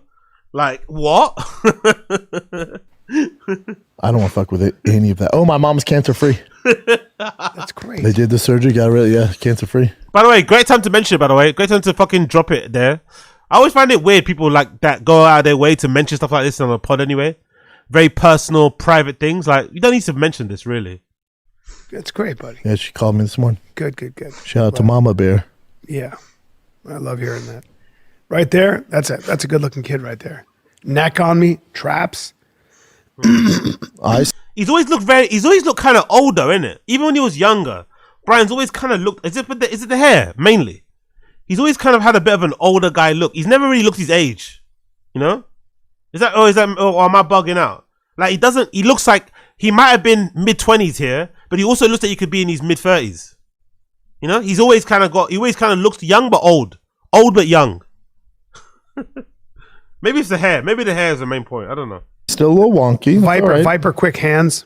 By the way, don't Google too much. Me right there. Don't Google yourself too much, because those thumbnails, those brutal, unique thumbnails might pop up. Don't Google yourself too much. Wonky eye. You kidding me? Little wonky. Cutie little pie. wonky eye. Do you guys have a favorite side of your? What did it say there? Hold on. Let me double check. What's that say there? Let me see on the screen. What does it say? Young Bryan just died. Oz Bryan. Okay, cool. You guys have a favorite? There's nothing too crazy there. Nothing too crazy in that. Nothing too crazy in those Google searches. Favorite side of your face when you take pictures? No. You don't? I don't have. Of course, Chin would have anyway. Do you have a favorite side? Of course, Chin does. Can we tell Chin's favorite side looking at his Instagram? Actually, is it going to be the left? Can we just tell looking at it if you just scan across? Does he have a favorite side? Can you see it here? Not really, innit? You can't really tell from here. He's just got a head. He's just got a fucking head on him. He just got a fucking dome on him, innit? He's got a fucking dome on him, that lad. Yeah, I don't think he has a favorite side. Maybe that side. Maybe that side. It doesn't look like his favorite side. It looks all the same. All sides look the same. All sides for Chin look the same, unfortunately for him. What's that? Is that Bryan's wedding? Yeah, I think that's Bryan's wedding, right? Yeah. Beautiful night at Big Bro. Of course, Big Bro. Of course, Bryan's Big Bro, isn't it? Always Big Bro. Big Bro Bryan. There we go. Out there with the lads and shit. Brendan didn't go, did he? No? I don't think Brendan went to Bryan Callen's wedding, right? If I'm not mistaken. Strange friendship there. I don't think Brendan went. For some reason, I don't think Brendan went. But hey, what do we know? My favorite. I only noticed that women have that when I take pictures after shows. Yeah. No, this is my good side. I'm like, oh. The only women go, oh, let me get over here. No guys like, man, let me get on the left of you. I'm like, oh, you're gay, dude. Yeah. You have one side better than the other, too? It's just kind of I personally like one side better. Really? Which side do you think? I feel like whatever side, your face so wide. I know, so you have plenty of room to see. Yeah, there's a lot of, we have to zoom out. Do you think I prefer this or this? You look exactly the same on both sides. If I look this? I've never, I wouldn't be like, oh, it's Chin's good side. The first side. The side? Yeah. My favorite side. Yeah. How my crazy is favorite that? now, too. There's little tiny little things, yeah. Huh. Why do you think it is? I think this is like the way it's shaped is a little different. It's very, very, very interesting. What? The way it's shaped. So Chin thinks he has a more pronounced jawline on his right side of his face than his left side of his face. Mate, just put down the beers. Calorie deficit diet. You'll be fine. You'll get your jawline back. Don't worry. Calorie deficit. Put down the fucking alcohol and you'll be fine. Oh, my right side has a bit more of a pronounced jawline. Like what? What the fuck is this guy talking about? Your kid, but yeah, you pick the same side as the one I like. No, I don't have a good side. But by the way, the dentist, my dentist is actually really into cars, so I think you could probably save money with him. But unless your dentist is like a badass that you want to go with. Only using a dentist or going to a dentist because that dentist shares your same hobbies and interests is fucking insane. Like, what difference does that make? I guess because you want to get it free, right? So that's why he's trying to say that. Like, I don't know. If it's me, I don't want free healthcare at all. You know what I mean? If I have to pay, I have to pay. I don't want you to give me a free whatever because of so-and-so. I want you to do a good job. I want you to be incentivized to do a good job because I'm paying you. Not because, we both like fucking, I don't know, Ford F-150s. Apparently he's young too. I don't know. I think Joanna has a thing for him. She won't shut up about this dentist. Yeah. My mother-in-law went too. You know what? They're like, Mijo, he's the best. Dentist is a new florist. Dentist is the new florist. If you remember, if you know, you know. If you know, you know. Dentist might be the new florist. If you know, you know. Dentist might be the new florist. Look at the florist. Look at the florist back in the day. Look at the florist. Random florist person feeling so loved. Random person sending Slojo fucking flowers. Dentist might be the new florist. Dentist might be the new fucking florist. Absolutely crazy work. Where's the more pictures of the florist? No, you don't see no more. There we go. Another florist picture here. Thank you. Ooh. Thank you, Petals by David. I love them. Random person. Happy birthday. Enjoy your day. Somebody sending another man sending your wife flowers for her birthday. Very alpha. Very, very alpha. Another dentist picture here. What's that? Happy Valentine's Day to me. Baby daddy did good, but of course the best petals. Okay, cool. Baby daddy, you know. Ugh. Using that slang is weird when you're married, isn't it? Calling your husband your baby daddy when you're married is fucking weird. You're not ratchet. You're not hood. You know what I mean? You used to live in the Hidden Hills. You now live in a massive mansion in Austin, Texas. They're the furthest thing away from being ghetto that's ever been. But hey, I guess you gotta be fun in it. I guess you gotta be fun. I guess you gotta be fun. My wife has a thing for our pastor. Oh, I'm like, he's very handsome. He's I'm like, older? no, he's younger. Okay, he's 40, and I'm like, what? By the way, that's a good joke. That was actually a good joke. My wife has a thing for the pastor. Is he older? That's really funny because obviously, clearly Bryan's wife likes older men and he's older. But maybe the fact that she likes him, the other guy, more is because he's older, you know, which is kind of funny. That was a good one. That was actually a good one. The best. My wife has a thing for our pastor. Oh, I'm like, he's very handsome. He's I'm like, older? no, he's younger. Okay, he's 40, and I'm like, why are you going to church on Saturday? Like, what the fuck is going on She's here? going to Bible study? Yeah, she's going to church on Saturday when I'm out of town. Oh, weird. I'm like, interesting. Okay. Yeah. He's okay. Cool, man. Cool, man. Cool, man. Cool, man. Cool, man. Cool, man. Cool, man. Cool, man. Chin Insecurities, Dental Talk on Tfatk. This is what you come to the comedy podcast for. This is why you're in the comedy scene. This is why you like this shit. This is why you're here watching the stream. To listen to comedians talk about their dental or their oral hygiene. Oral hygiene is great. Oral hygiene is great. Holy mother of awkward and bored silences. Big up the silences. Big up the awkward, bored silences. You love to see it. Tfatk K is dead. Long live Tfatk K. Yeah. It is what it is.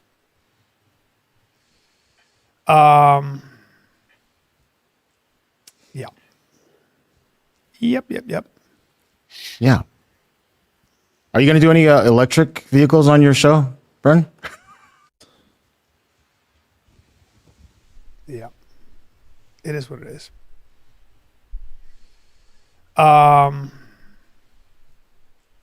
Yeah. Yep. Yeah. Are you going to do any electric vehicles on your show, Bryn? Like, how long do they really have? How long do they really have doing this? How long can they effectively do this? Because I always imagined the end will come for Tfatk K when they didn't get their contract renewed at fucking Podcast One. I felt like Podcast One was holding this podcast together because they were paying them or giving them ads they probably had no business receiving or getting because of their poor viewership and stuff. And since they haven't, it feels like I don't think they're part of Podcast One anymore, innit? I feel like there's definitely been a split. I feel like they're definitely not on Podcast One anymore.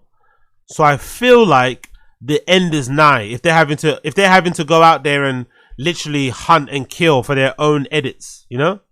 I fucking wonder if the end is nigh. Is the end nigh when it comes to the Fighter and the Kid? The end must be nigh, right? The end must be nigh. There's no way they can keep doing this forever with those types of awkward silences, gaps and stuff. There's no way they can do this soon. Like, how many ads do they have here? There's no Podcast One mentioned here, right? I don't think there is, right? Podcast One. Yeah, no Podcast One mentioned anymore. Podcast House, maybe? Is that it? No, podcast. They got Pocket Host. How many sponsors they got? Still a decent amount. They got 1, 2, 3, 4, 5. They got 5 sponsors still. Despite having no podcast ad management company working with them, they still have 5 podcasts working with them there. Have they changed the thumbnail on their thing? Let's see. The Find the Kid podcast. Let's see if have they changed the thumbnail? Or is it the same thumbnail? Has it got a little ad thing on the corner? Yeah, so there's no little ad thing on the corner anymore. They're still, although they're still listed as Podcast One here, actually, weirdly enough. They're still listed under Podcast One on Spotify. So maybe they're still doing okay there. Maybe they're still doing okay. But I don't think they are, because I think if you check on Podcast One, I don't think Tfatk is listed on there anymore. Let's double check and see let's see if they got a section that says our shows. Events, resources, do they have anything? Let's see, Podcast One, our shows or something, shows.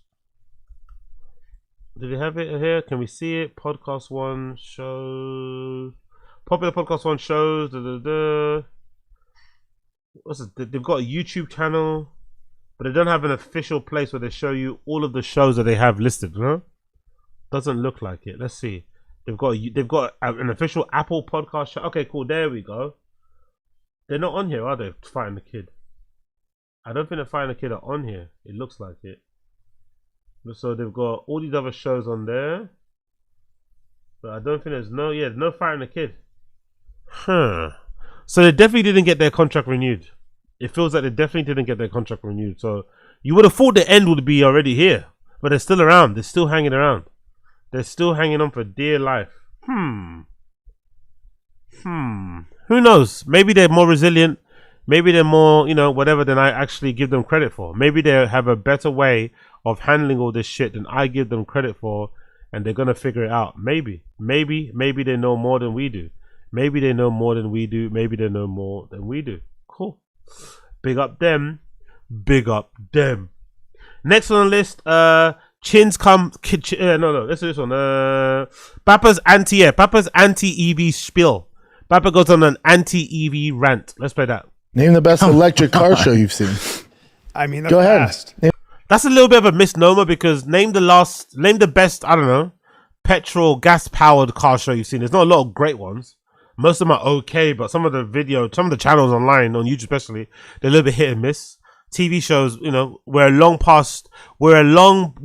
time past the peak of Top Gear. There aren't that many good car shows, I don't think. No, not really in particular. So yeah, it's a weird thing to say. So because you don't like electric cars, there can't be a good electric car show.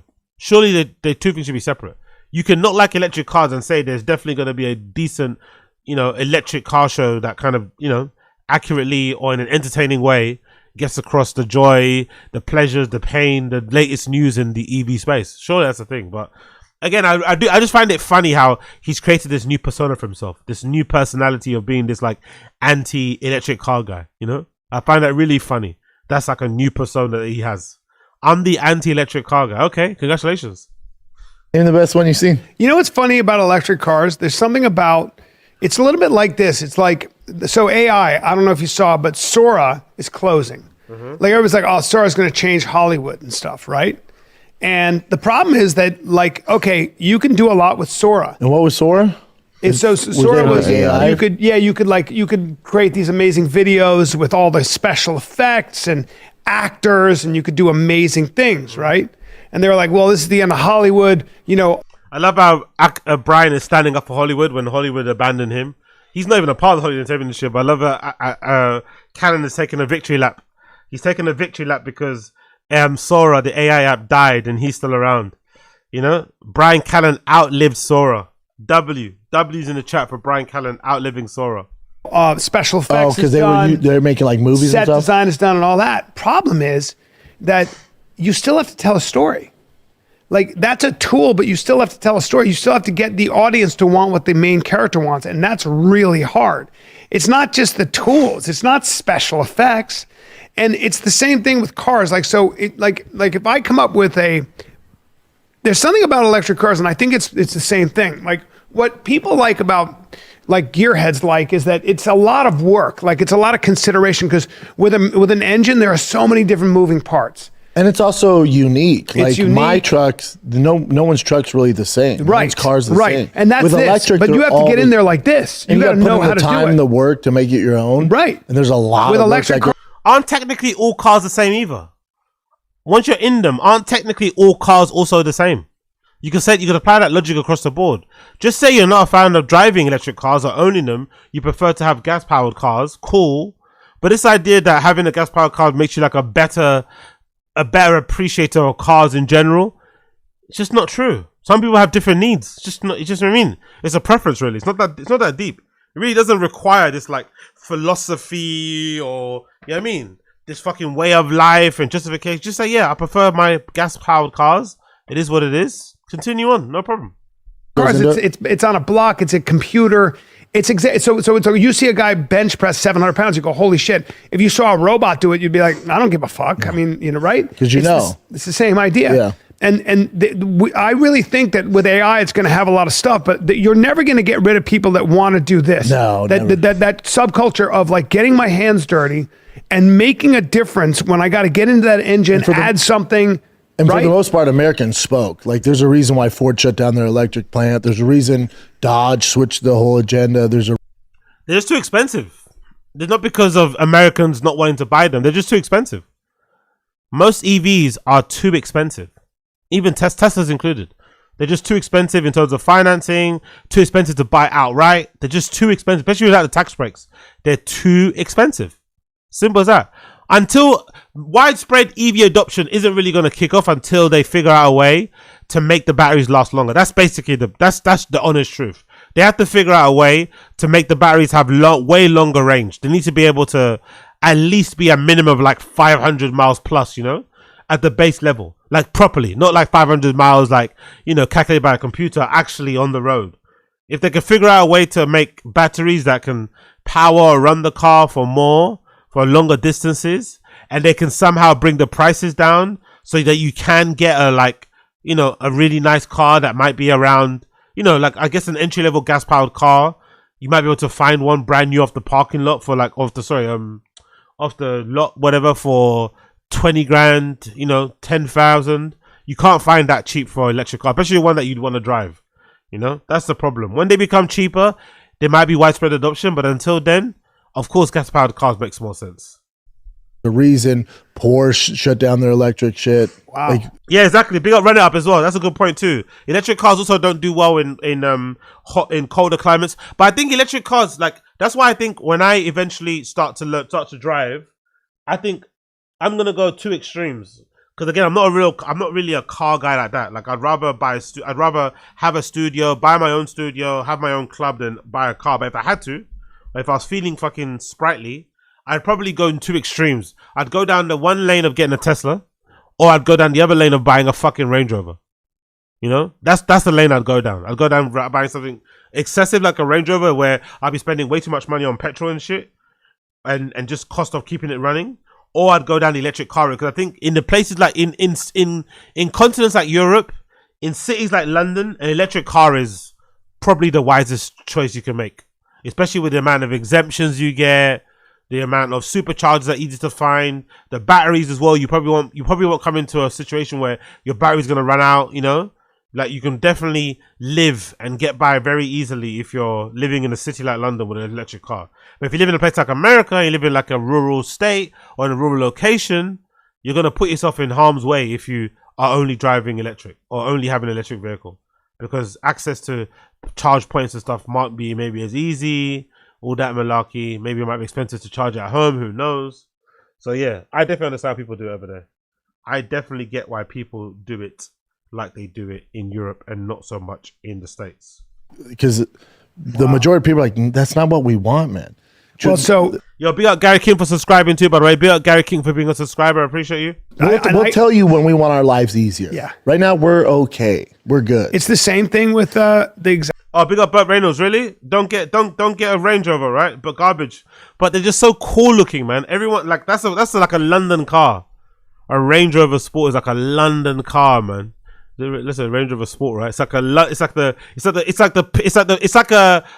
Range Rover Sport is like the black version of a Hellcat in the UK.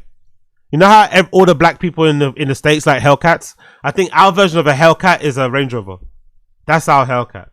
I honestly do think a Range Rover Sport is our fucking Hellcat. It looks so good. So good, man. I'd get it maybe like a bright color with like dark rims, you know? Maybe something like this, right? Maybe like a bright color, maybe like a red. Is it that more that color? Maybe a red or something. Maybe a red or maybe that green. That might be a nice. What's that? Is that green? That's like a green color, right?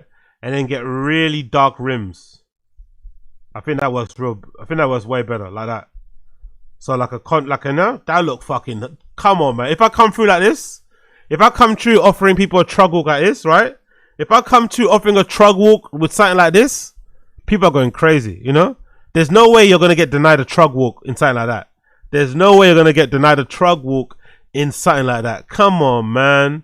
Maybe switch the body color. I mean, not white. White's too shit. Red, no. Yeah, it's probably that green is quite nice. What color is that? Is that silver? No, that's a gray. Oh, that's also quite cool. But if it's a gray, if it's this gray, then you swap the wheels. You make the wheel colors a bit brighter, so it'll be that. If it's gray, but if it's a brighter color, maybe the blue, you definitely make the wheels black. Because that looks crazy good. You definitely know if you see someone driving that down the street, you definitely know they're black. Even if the windows are tinted, you can definitely guess that person driving is black. There's no way you wouldn't think the person driving this car is a black person. You know?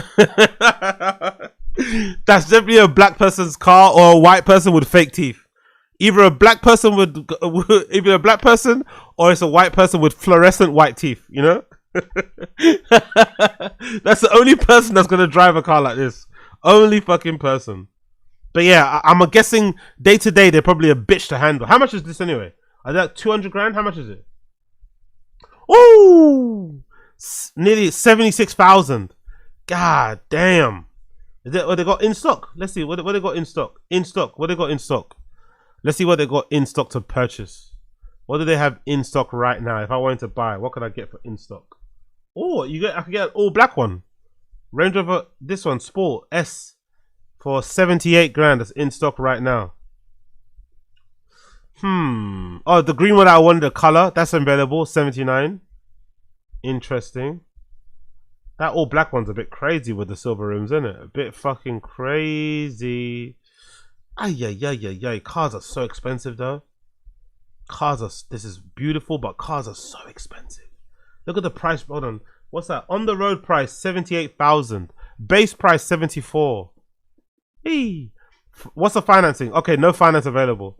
There is no financing available. You pay the price, mate. Purchase price 78. Balance to pay 78,000. There is no financing. Can you actually finance a Range Rover Sport? Let's see. How much does that cost? Finance Range Rover Sport. How much does that look? How much is it costing? Like, is that £1,000 a month?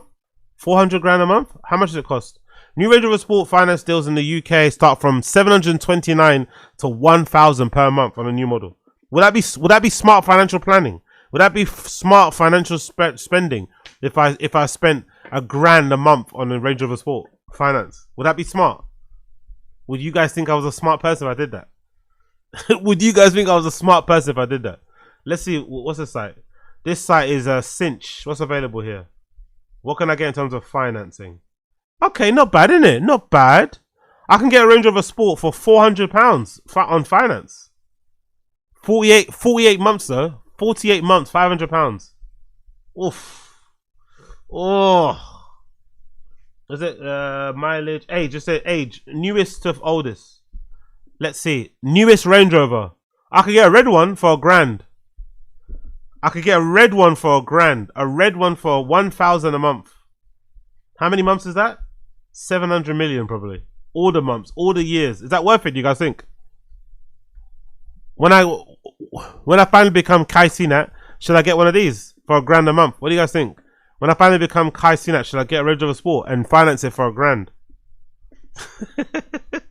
Crazy, man. Honestly, I could never spend that much money renting a car. Oh no, I guess, you know, leasing a car, like not leasing, but you know what I mean. Crazy money, crazy expense. Exact same thing with Sora. Like, I mean, people have been saying Hollywood's cooked. Hollywood's cooked. They keep saying that.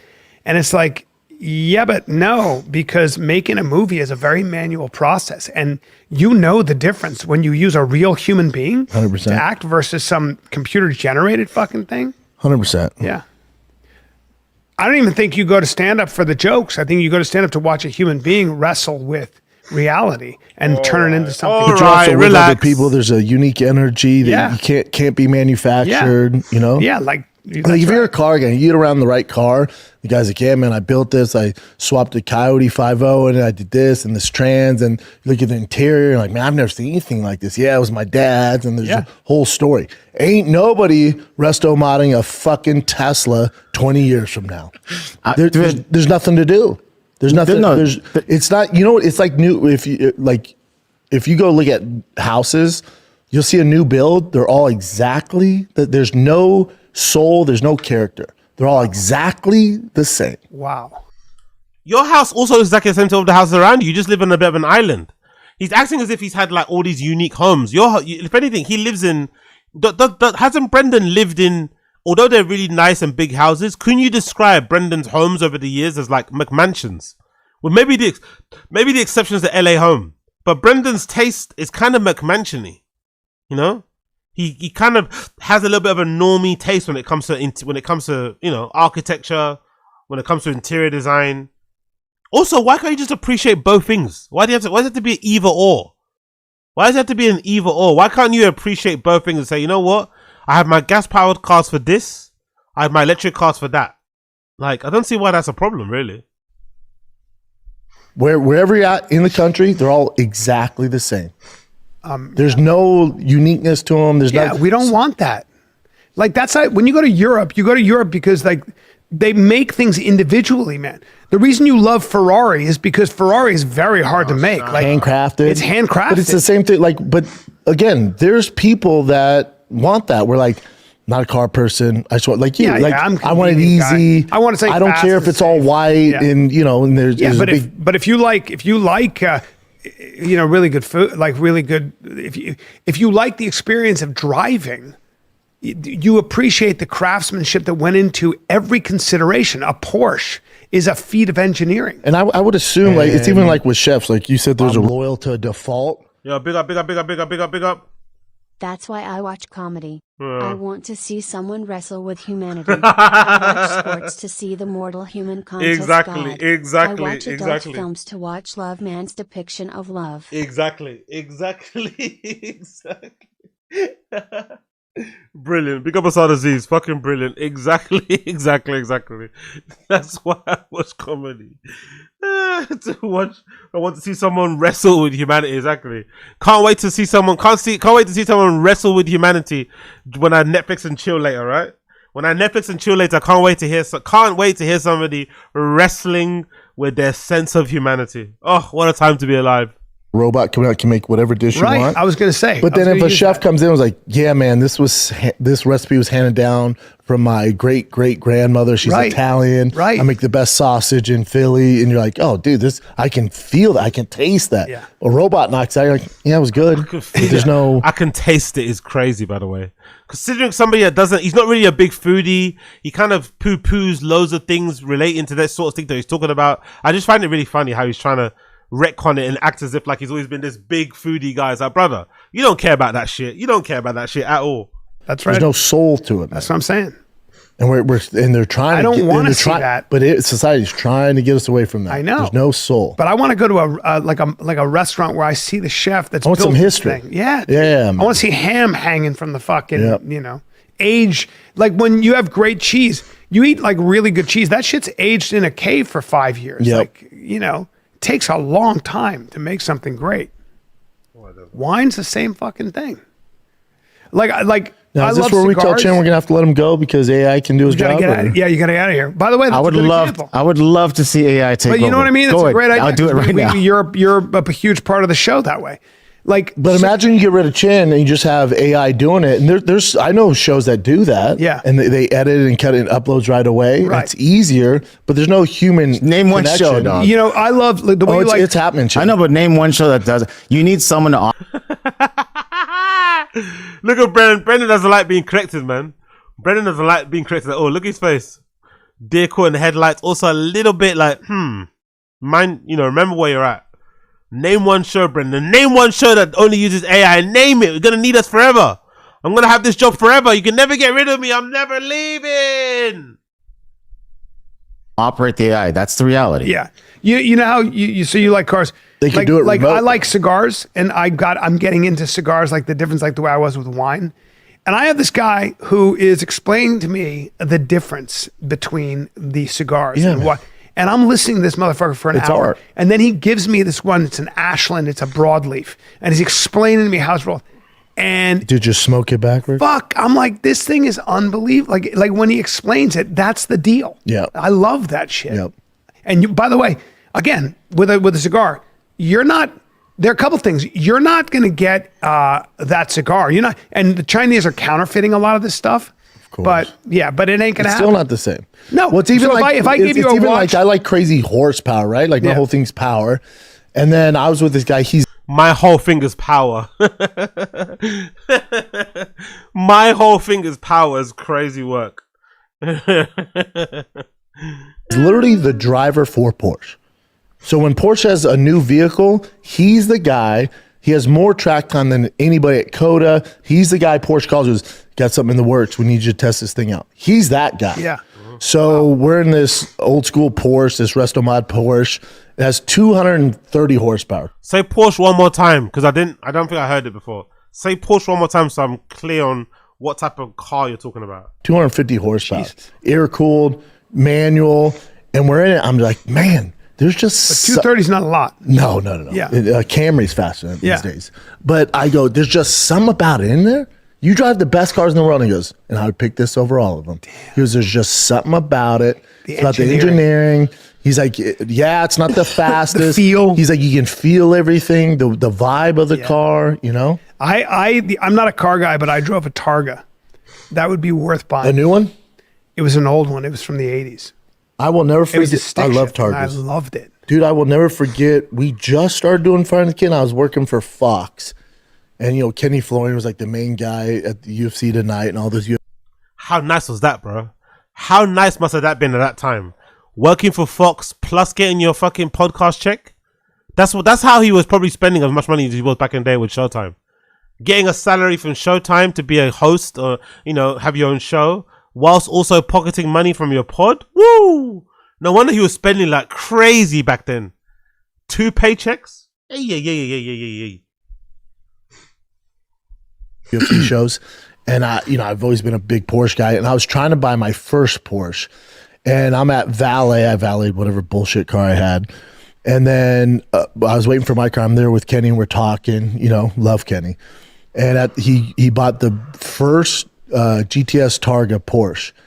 Brand new, pulled up. I think it was black. I forget the color. It was black or blue. Pulled up. I'm like, what the fuck? He goes, RC. Like, hold on. That's yours? He goes, yeah, man, Targa. I'm like, yeah, this shit. I remember this very well. I went, no shit, man. I just remember being like, fuck. Yeah. I love how he has so many of these like very visceral, very descriptive, very kind of core memories tied to buying things. He's a proper materialistic guy in it. That's probably one of the reasons why he also, I don't think, will ever go broke. Because a lot of his self-worth is tied towards like material possessions.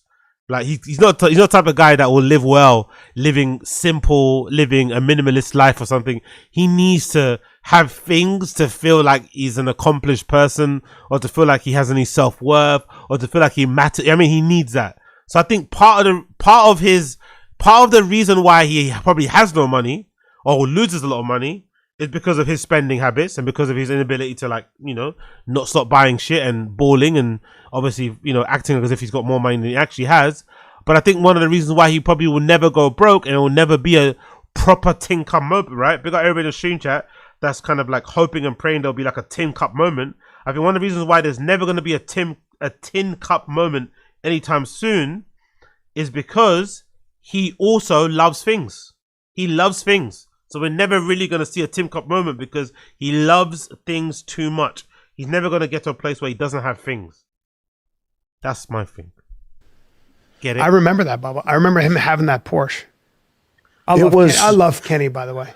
Oh, Kenny's the best. fucking great. When I was man. going through all my shit, he drove by me by accident in Venice, stopped his car, got out and hugged me. He's a real badass. I love that. Kenny's the motherfucker. best. I love him. Is that it or no? That's a GT3. He has a ton of. He had a ton of Porsches. I don't know. He sold a bunch of them, but he had. I just remember. What's he up to, man?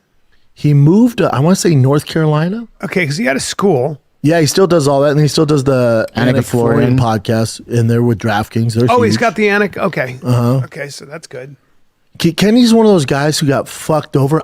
There's a few guys like Jimmy Smith, Kenny Florian, Frank Mayer. Yeah. There's guys in there where you know the value like a guy like Kenny or Jimmy Smith or Smart. Frank Mayer would bring to the. Cool. There we go. Talking about being anti-EV. And then Chin continues it, right? Yo, big up, appreciate you. Big up, I'm casual. praying for a tin cup fallout. Never happening, bro. He likes things too much. He likes to have fancy shoes, likes to drive fancy cars. He probably gets a lot of satisfaction out of his wife having a fancy car. Loves the fact that his kids are well looked after and wearing the latest shoes and whatever else it may be. Never happening, brother. Honestly, I kid you not. I don't think it's ever happening. Never gonna be a tin cup moment in time. In my personal opinion, it's never gonna happen. It's never gonna happen. Personally, I could be wrong, but I don't think it's gonna happen. Big up, casual though. Next clip here. Chin comes back to the anti-EV car talk. 30 minutes later, is he okay? BAPA confesses Slow Joe's ring is a lab diamond. Yep, you heard that right. Maybe this is a confession that Slow Joe's massive, crazy ring that she always slows off, right? Or slows off. What's that? Let's see. Joanna SCHAUB ring, Daily Mail, right? Do you remember that article? Yeah, there we go. Do you remember that article where the Daily Mail took the piss out of Slow Joe for going to a friend's wedding and flexing her own massive ring in poor taste? Tacky woman for upstaging her best friend's engagement news by showing off a massive ring. They got Slow Joe in the Daily Mail. A tacky woman has been slammed online after being accused of upstaging her best friend engagement by flaunting her bigger ring to followers. Earlier this month, social media star, let's put quotes around that one. Just saw Joanna Zanella Shaw, 35, lives in LA, posted an Instagram story celebrating her best friend's engagement. In the photo, the mother of three, who's engaged to former memory fighter Bryan and Shaubs, held her ring out to her 70,000 followers, while Joanna opted for a square cushion cut diamond framed by additional diamonds. Her friend Natalia was smaller pieces. Joanna captioned the photo with "Welcome to the club, BFF." So yeah, the Daily Mail called her out for being tacky for posting that. Well, Jesus, it is kind of tacky though, isn't it? It is kind of tacky. I'm not gonna lie. It might look better if everyone's ring were in the corner, in like a circle. But doing it like that, having your hand over your friend's hand as well, is very tacky, right? Having her whole hand on top. Maybe have your friend's hand on top of yours, but the way that was very, very, very, very tacky. Joanna's post was later posted on X, formerly known as Twitter, where users accused her of upstaging a friend. When your friend gets engaged, and it's important to make sure everyone knows that you have a bigger ring. Jumping to the bride's defense, one outraged user said the bigger ring appears to have pave set diamonds, which is the diamond equivalent of push-up bras, versus her friend's classic 3-carat solitaire. Blah blah blah blah blah blah blah. So yeah, that was funny when Slow Joe got attacked for posting that picture of her friend and stuff. I thought that was fucking hilarious. So let's find out if maybe this ring that's caused all these issues is actually a lab diamond. It might actually be a lab diamond. You never fucking know. A bull. What else you got, Jen? Oh, I just wanted to hop in with that electro thing too. I think it's like you can have the best of both worlds, all right? You can do. Don't you dare, bro. You talking about hybrids? Hop in, what? No, I'm saying like hybrids. You could. Like it's awesome that the technology that has advanced so much in EVs, right? But then also there's no way to like build an engine like you can with my next car, by the way. Just so you guys know. Let Tim finish. Yeah. So yeah. Ooh, shut the fuck up, Bryan. I'm a car guy too. I would. But import car guys, so we would just always build our engines, do the smallest. Even like getting a new air filter was like we're freaking stoked. Oh, about buddy, that. I got a cold air filter. Cold. Weirdly enough, having Chin saying that about how he used to always love doing, modding imports and stuff. There is an argument to be had that Chin might actually be a bigger car guy than Brendan. He doesn't talk about it that much, but Chin actually might know more about cars than Brendan. Considering he probably, did mods on like Honda Accords and and Nissans and stuff back in the day, he might actually have more knowledge of cars than Brendan. Weirdly enough. Their intake coming for that Cummins. Not weird, funnily enough. Can't fucking wait. There's one called the days What is down. that? What is it called? It's the air filter. Yeah. People think it adds horsepower, really, and there's no cold air because it's all hot in there, but it's a whole thing. But then there's different designs. I remember having an Other Iceman where it like went into your down the engine into your front grill, and it sucked in the air from there. So it was like really cool. Yeah. We were just stoked. And then you replace the cams, everything, right? See, the here's headers. what's crazy, Chin. I'm still into that shit like I'm a kid. Yeah. So like for that AEV, the Cummins I had. I'm still, right. He was never into that stuff before. He just, like, again, imagine nostalgia created, overnight interest, which is not a bad thing, but just own it. Just own the fact that you're learning in real time. You're trying to grow. You're trying to expand your knowledge. You know what I mean? Whatever. Just accept it, embrace it. I don't see what's the problem with it. I don't see the problem of lying and pretending that you've always been a car guy when you haven't. If anything, Brendan was more of a lover of like fast cars, a lover of supercars and stuff, right? As he always clearly had them over the years, especially when he first came about, the Porsches and shit and everything else, and maybe the Ferraris.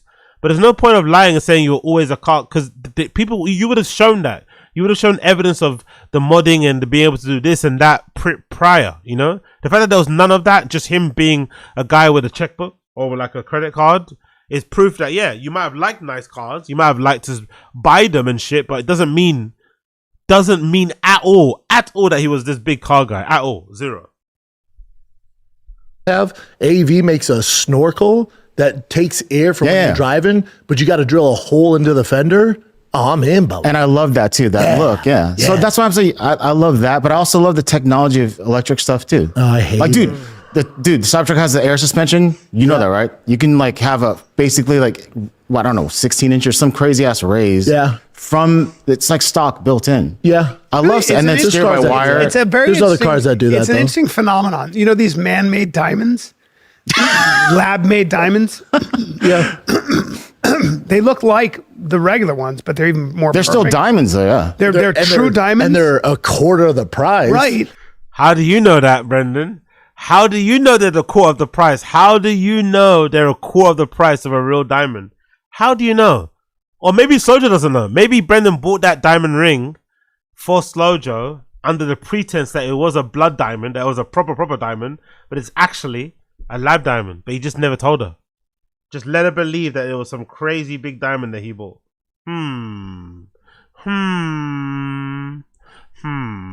And so you make them lab, but here's the interesting thing about lab-made diamonds. They're beautiful. Their resale value is complete shit. That's why, fellas, if you're proposing a girl, get a fucking man-made one. Don't have it mined in Africa, dude. Don't buy a blood diamond. Mine had blood on it.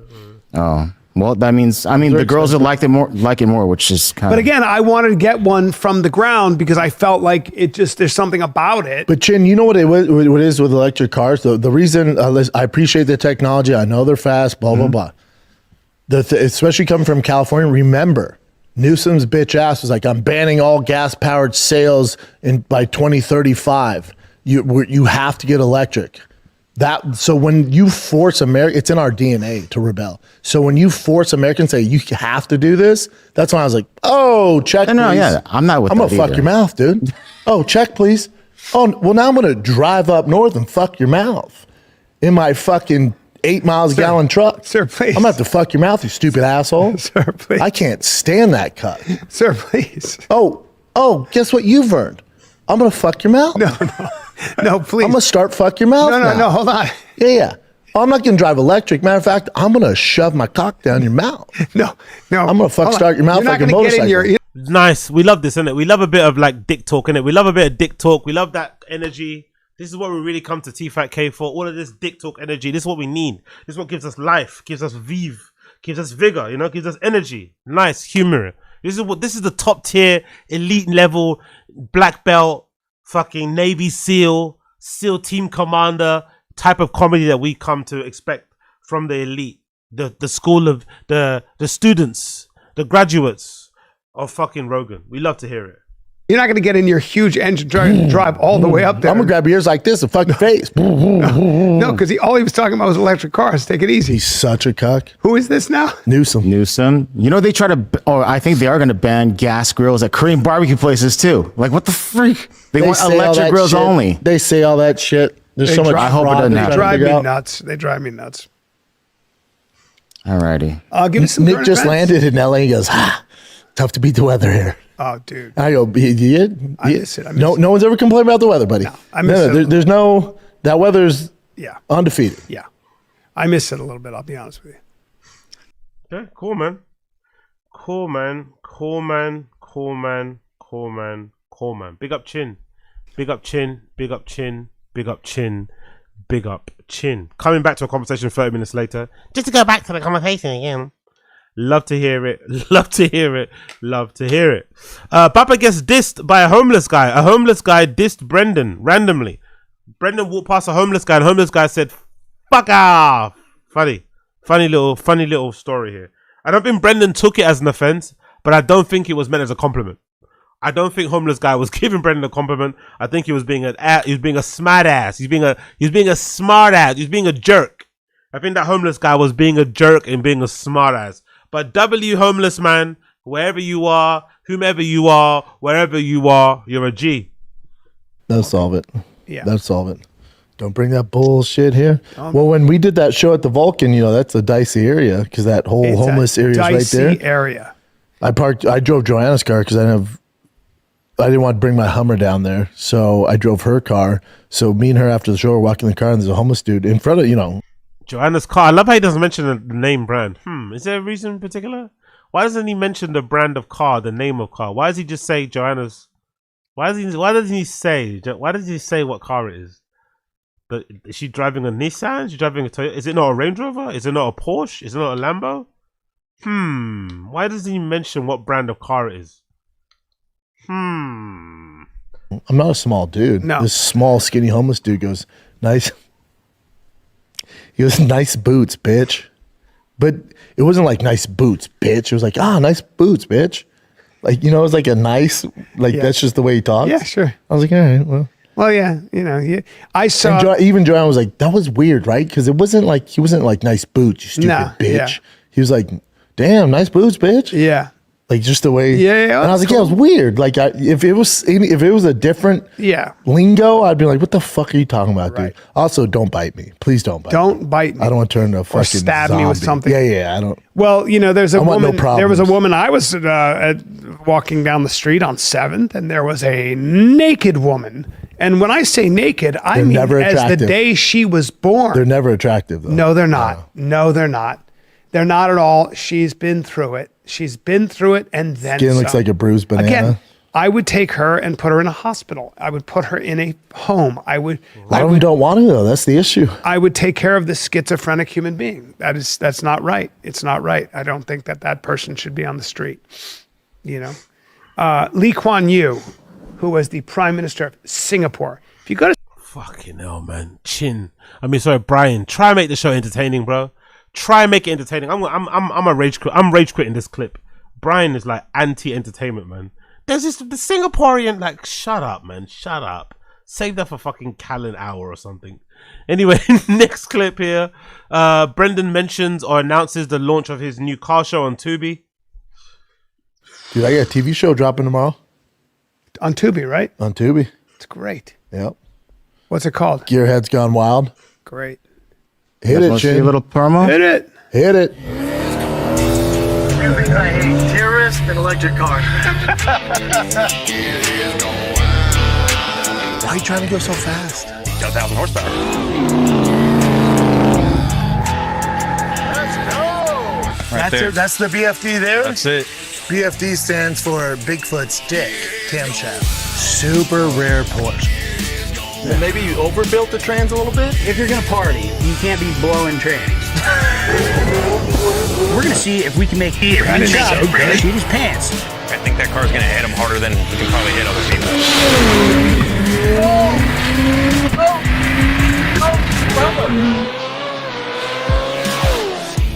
Oh, dude. Don't get me wrong, the show still sucks, But this is much better and looks definitely like what he should have done when he first launched whatever car thing he was doing. That other thing he was doing, what was it called, on Dry Fossil, Gas, whatever, Toontown, that nonsense was bullshit. Horrible show.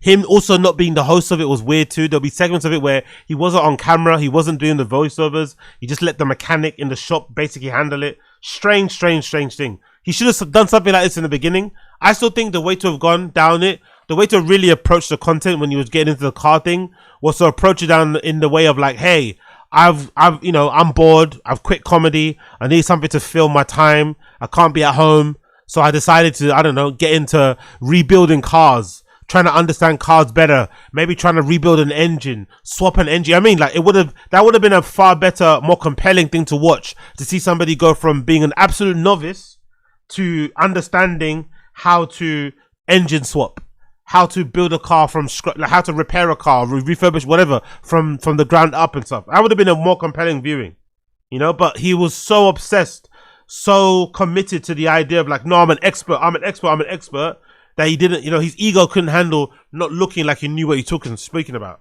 But I think that would have been a far better way to do it. But you know, this is okay, but it's still slop in my opinion. It's some crazy shit. It's good, huh? Yeah. You're really scared there. I was scared there, yeah. The only time I was scared was in that Viper, that Calvo Viper. The other stuff, like the F-150 Outlaw, has like 2,000 horsepower. I wasn't that, I mean, it launched hard, but I wasn't that scared. That Calvo Viper scared me. Zach, my boy Zach, He's funny. in his cave, he's the best. Everyone's your boy. He's from Hoonigans. My boy, and he can drive his ass off. I was never worried about him. There was like lean in his old school, like GMC Jimmy. It would like, when we turned, it would like lean. That makes me a little. Either. Shut up. Straight up scared. Straight up bona fide scared. I don't like that stuff. I love speed. That was too much. Well, for me. you don't even like speed. You just like the engine under it. You like having the speed. I like I like having power. I don't like. You're the guy who's like this. Hey, I've got 6 black belts. Now I don't use it because if I do, I could kill everyone here. Yeah, I like having it. I don't know. It's like when I saw your boy at that East Dallas Diesel, I bought this 2024 Ram 2500 with the Cummins in it. This isn't gonna matter to anybody unless you know fucking trucks. But in order to tune them or mod them, you got to switch out the ECU, which is the computer in the truck. Sure, the ECU. It's a nightmare. Really? Nightmare. Oh, it's like $5,000 just to switch it out. I did not know that when I bought You're it. me like a guy who's like all utility. Like what I like about this kind of show is that the cars it's all about speed and performance, right? Really, it's about, some of them are, and then some are like Zach stuff. I mean, that's a crazy horsepower, old school GMC, but it's like everyone's just car guys. Like just bored house husbands, isn't it? Bored husbands. It's kind of giving divorced dad, but it's also giving just bored husbands. You know? I don't know. Spend more time with your kids, man. I don't know. Put that money into their college tuition, for fuck's sake. Instead of buying a new exhaust, new rims, new this, new that. I don't know. But what do I know? Beast of a dad. Spend more money on your own cars you do in your own kids. I guess that makes sense. But maybe, to be fair, given the cost of children in general and the cost of living, there's probably no way you can spend more on cars than you would on your kids. It's probably unlikely. All the car guys we're all the same. We just like wild shit. Everyone voids their warranty a day after they get their car. Yeah. Like no one's. I don't know why this reminds me of that, but I just like, you know, some people are just rougher, like the street. I remember one time I was like, my first year. Big up my nuts. No problem, brother. Happy you enjoyed the stream. Happy enjoying the stream. I'm going to go for about 10 more minutes. I'm going to break a little bit, get some food. Then I'm going to come back later. And then we'll continue on. But yeah, appreciate everybody that's tuning in. Mad TV, and there was this dude hanging around. He was this kind of like long, lanky guy who looks like my friend said he was kind of a tough guy, you know, came from Jersey. And he said, you do all that karate shit? I go, yeah. He goes, so what, show me what you know, and I was like, show me? I was like showing him something. I was showing somebody else. You've already lost. And when he they goes say like show me. Yeah, no, I was showing somebody else, and he goes, what is that? What you do like that? And I go, you're coming, like if you step here, and he goes like this. He went on the nose. He went in my eye, but he didn't hit it. He just goes, yeah, shut up. Like that. He goes, what happens then? And I was like, wait, what's that have to do with the car? I don't know. I just thought like oh, gotcha. There's a lot of fancy shit. Fucking of course. What's that gonna do with the eye? What's gonna do with the car? Nothing.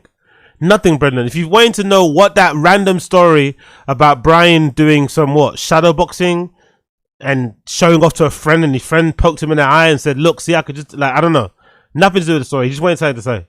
That's comedy podcast. That's comedy podcast in a, wrapped up in one. Not much to say, not much to do, just chatting shit. Oh no, nothing of importance to say. Nothing of importance to say, nothing of importance to contribute to your conversation, just waiting for you to stop speaking so that they can speak.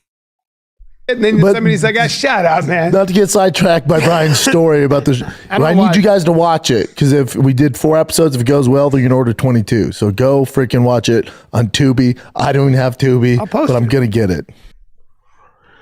Don't have Tubi, but please get Tubi. Please watch this show so they can order more show episodes.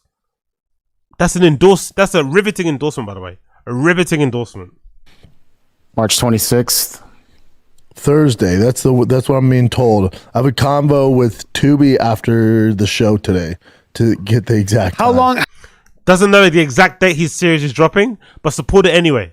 Not showing the details. Not heavy on the details here, but just go and support. Not heavy on the details, but just come and support. How long are the episodes? They're long. Okay, so you are you allowed to take pieces and put it on YouTube? Oh yeah. Yeah. Great. Yeah. Great. So people will watch the clips and never the show. Now here's the thing. True. But it's all right. True. It's all right. That's actually how you start. That's how you get the show. Well, but originally me and my boy Steven, who does Fully Torqued, we created the show together, but it was just supposed to be like, that's what it is, like a clip show. And then Tubi came because they want original content. Like, hey, can you make this TV show? I'm like, good. All right. Tubi came, or did they approach Tubi? I don't know about that bit of the story. Extra doubt on that one. Tubi approached Brendan Schaub and said, hey, I see you've got this show. We want it on our... I don't know if I'd believe that. Did Tubi approach them, or did they approach Tubi? Can't just be burnouts and donuts. Yeah. We got to create some dialogue here. Love it. And what's the gist of the show? Like, what is it? You go... People's, buddies, wild builds. Doing crazy shit in their wild builds. People love that shit. And in Texas, there's a bunch of stuff. But people like, we shot in LA. We got, I think, 2 or 3 episodes in LA. And then we got 2 or 3 episodes When here. you add shit onto a car, the warranty's gone, right? Right away. Yeah. And then and there's a whole science but to all it? that's, when you're swapping engines or doing the cars on there with like over 1,000 horsepower, you're going to have some issues. They're not going to be the most reliable cars. But if you add the right mods to your truck or car, it actually extends the life of it if you don't go crazy. Really? But car manufacturers make more money in like the servicing the cars than they do selling the car. All their money, the majority of their money comes from all the check engine lights and oil changes and all that bullshit. That's where they're making the money. It's all a hustle. It's all a racket. Yeah. Like they could build those things fucking bulletproof. They don't want it. They want the issues. They want the issues. It's a conspiracy, man. Doesn't cover a ton. Warranties are kind of bullshit. Unless you like blow the trans or the engine, just drive. Warranties are cope. Warranties are cope. Getting warranty, getting insurance is cope. But in general, it won't cover like, you're, getting warranty or having insurance is jester. Your lights out or something like that, like the expensive shit. Filters and lights and all that stuff. Yeah, it sucks. Warranties suck. For manufacturers, it's terrible. Yeah. But your boy sells freaking warranties. Mikey. Yeah. Yep. It was him and 2 attractive girls. My boy Fernando's like, this is what they do. They have the guy who sells it, and they get 2 attractive girls that know about warranties. He's like, that's how it goes. Mm-hmm. Does it make sense, though? You don't want to come in with 3 dudes. Well, you ever, like 3 ugly dudes? My parties when I used to hire a chef, and he would come and cook for everybody. And this guy, Jeff, would always bring 2 smoking hot assistants. Like hold the smoke. They were just in the kitchen to help out. I mean, it's in our DNA. Insane outfits. Yeah. My wife was like, what is going on? I go, hey. This is just part of the atmosphere. Well, would you rather have 2 warlocks being like exactly caviar? You're like, Jesus, exactly. no. No, you want that. That makes everything brighter. You're like, this food is delicious. Yeah, like me and my boy were talking, who lives out here, about starting there's a lot of car washes out in Austin, but starting a car wash and just having hot chicks run the desk, just the hot smoke shows. Yeah. Yeah. I'll go to that Of car course, wash. you're going to go anyway. Wouldn't you rather go to a place where there's attractive people? Yes. Of course. I'll go out There's such NPCs, isn't it? There's such fucking NPCs. of my way for that. Exactly. I'm like, I'm going to go look at her face. Yeah. Maybe she's in a bikini. I don't fucking know. Maybe she's rubbing her tits on your windshield. Get a couple of really good looking guys. Mm. All right. Sorry. I'm just saying for I the don't know if ladies. Texas- not for me. I don't know if Texas Not for can do me, it. the ladies. Oh, when I was flying to Dallas yesterday, I was sitting next to this just old school Texan. And I had my earbuds in, and he hits me. He goes, "Where you from?" Oh. And I go, "What?" We're on the plane. I go, well, I was in LA for a number of years, originally from Denver, but just moved to Austin. He goes, "Huh, LA?" Oh, yeah. He goes, "Don't bring that bullshit here." I go, "I'm sorry, what'd you say?" He goes, "Don't bring that bullshit here." I go, "Oh, you're talking about like the woke and all the weird shit, the DI hires and all that shit." I go, no, that's why I left LA, man. Oh, you're talking about the woke. The woke. Honestly, he's so late on that right-wing grift. He's so late on the culture war stuff. You're talking about the woke and the DEI hires. Bro, that's so old news. So fucking old news. So fucking old news. But hey, Brendan always gonna Brendan. Brendan always gonna Brendan. Cool, we done it. We done all those episodes. Appreciate everyone. To a default. What you saying? BAPA says sitting next to an old Texan. Like being a Texan is dog breed or something. Who talks like this? Exactly. Big up everybody in the stream chat. Big up Salaziz. Appreciate you for the dono, brother. I'm going to take a little break. I'm going to go get some food. I'm going to come back and then we're going to do more later. It'll be a Taz in between. Then it'll be a random show later, yeah? So Taz in between, random show later. If you're around, tune in with me, hanging with me. We'll do everything I got on the list. I got so much to get through still. How long will we stream today? Because I know I've disappeared for like 20 minutes, half an hour. I did about 4 hours today, so not too bad. So I'll see you guys again later on in the evening. So keep an eye out for me for part 3 of this show. Part 3, okay? Part 3 is coming up. Part 3 is coming up. Appreciate you all. Take care. Be well. See you soon. Peace.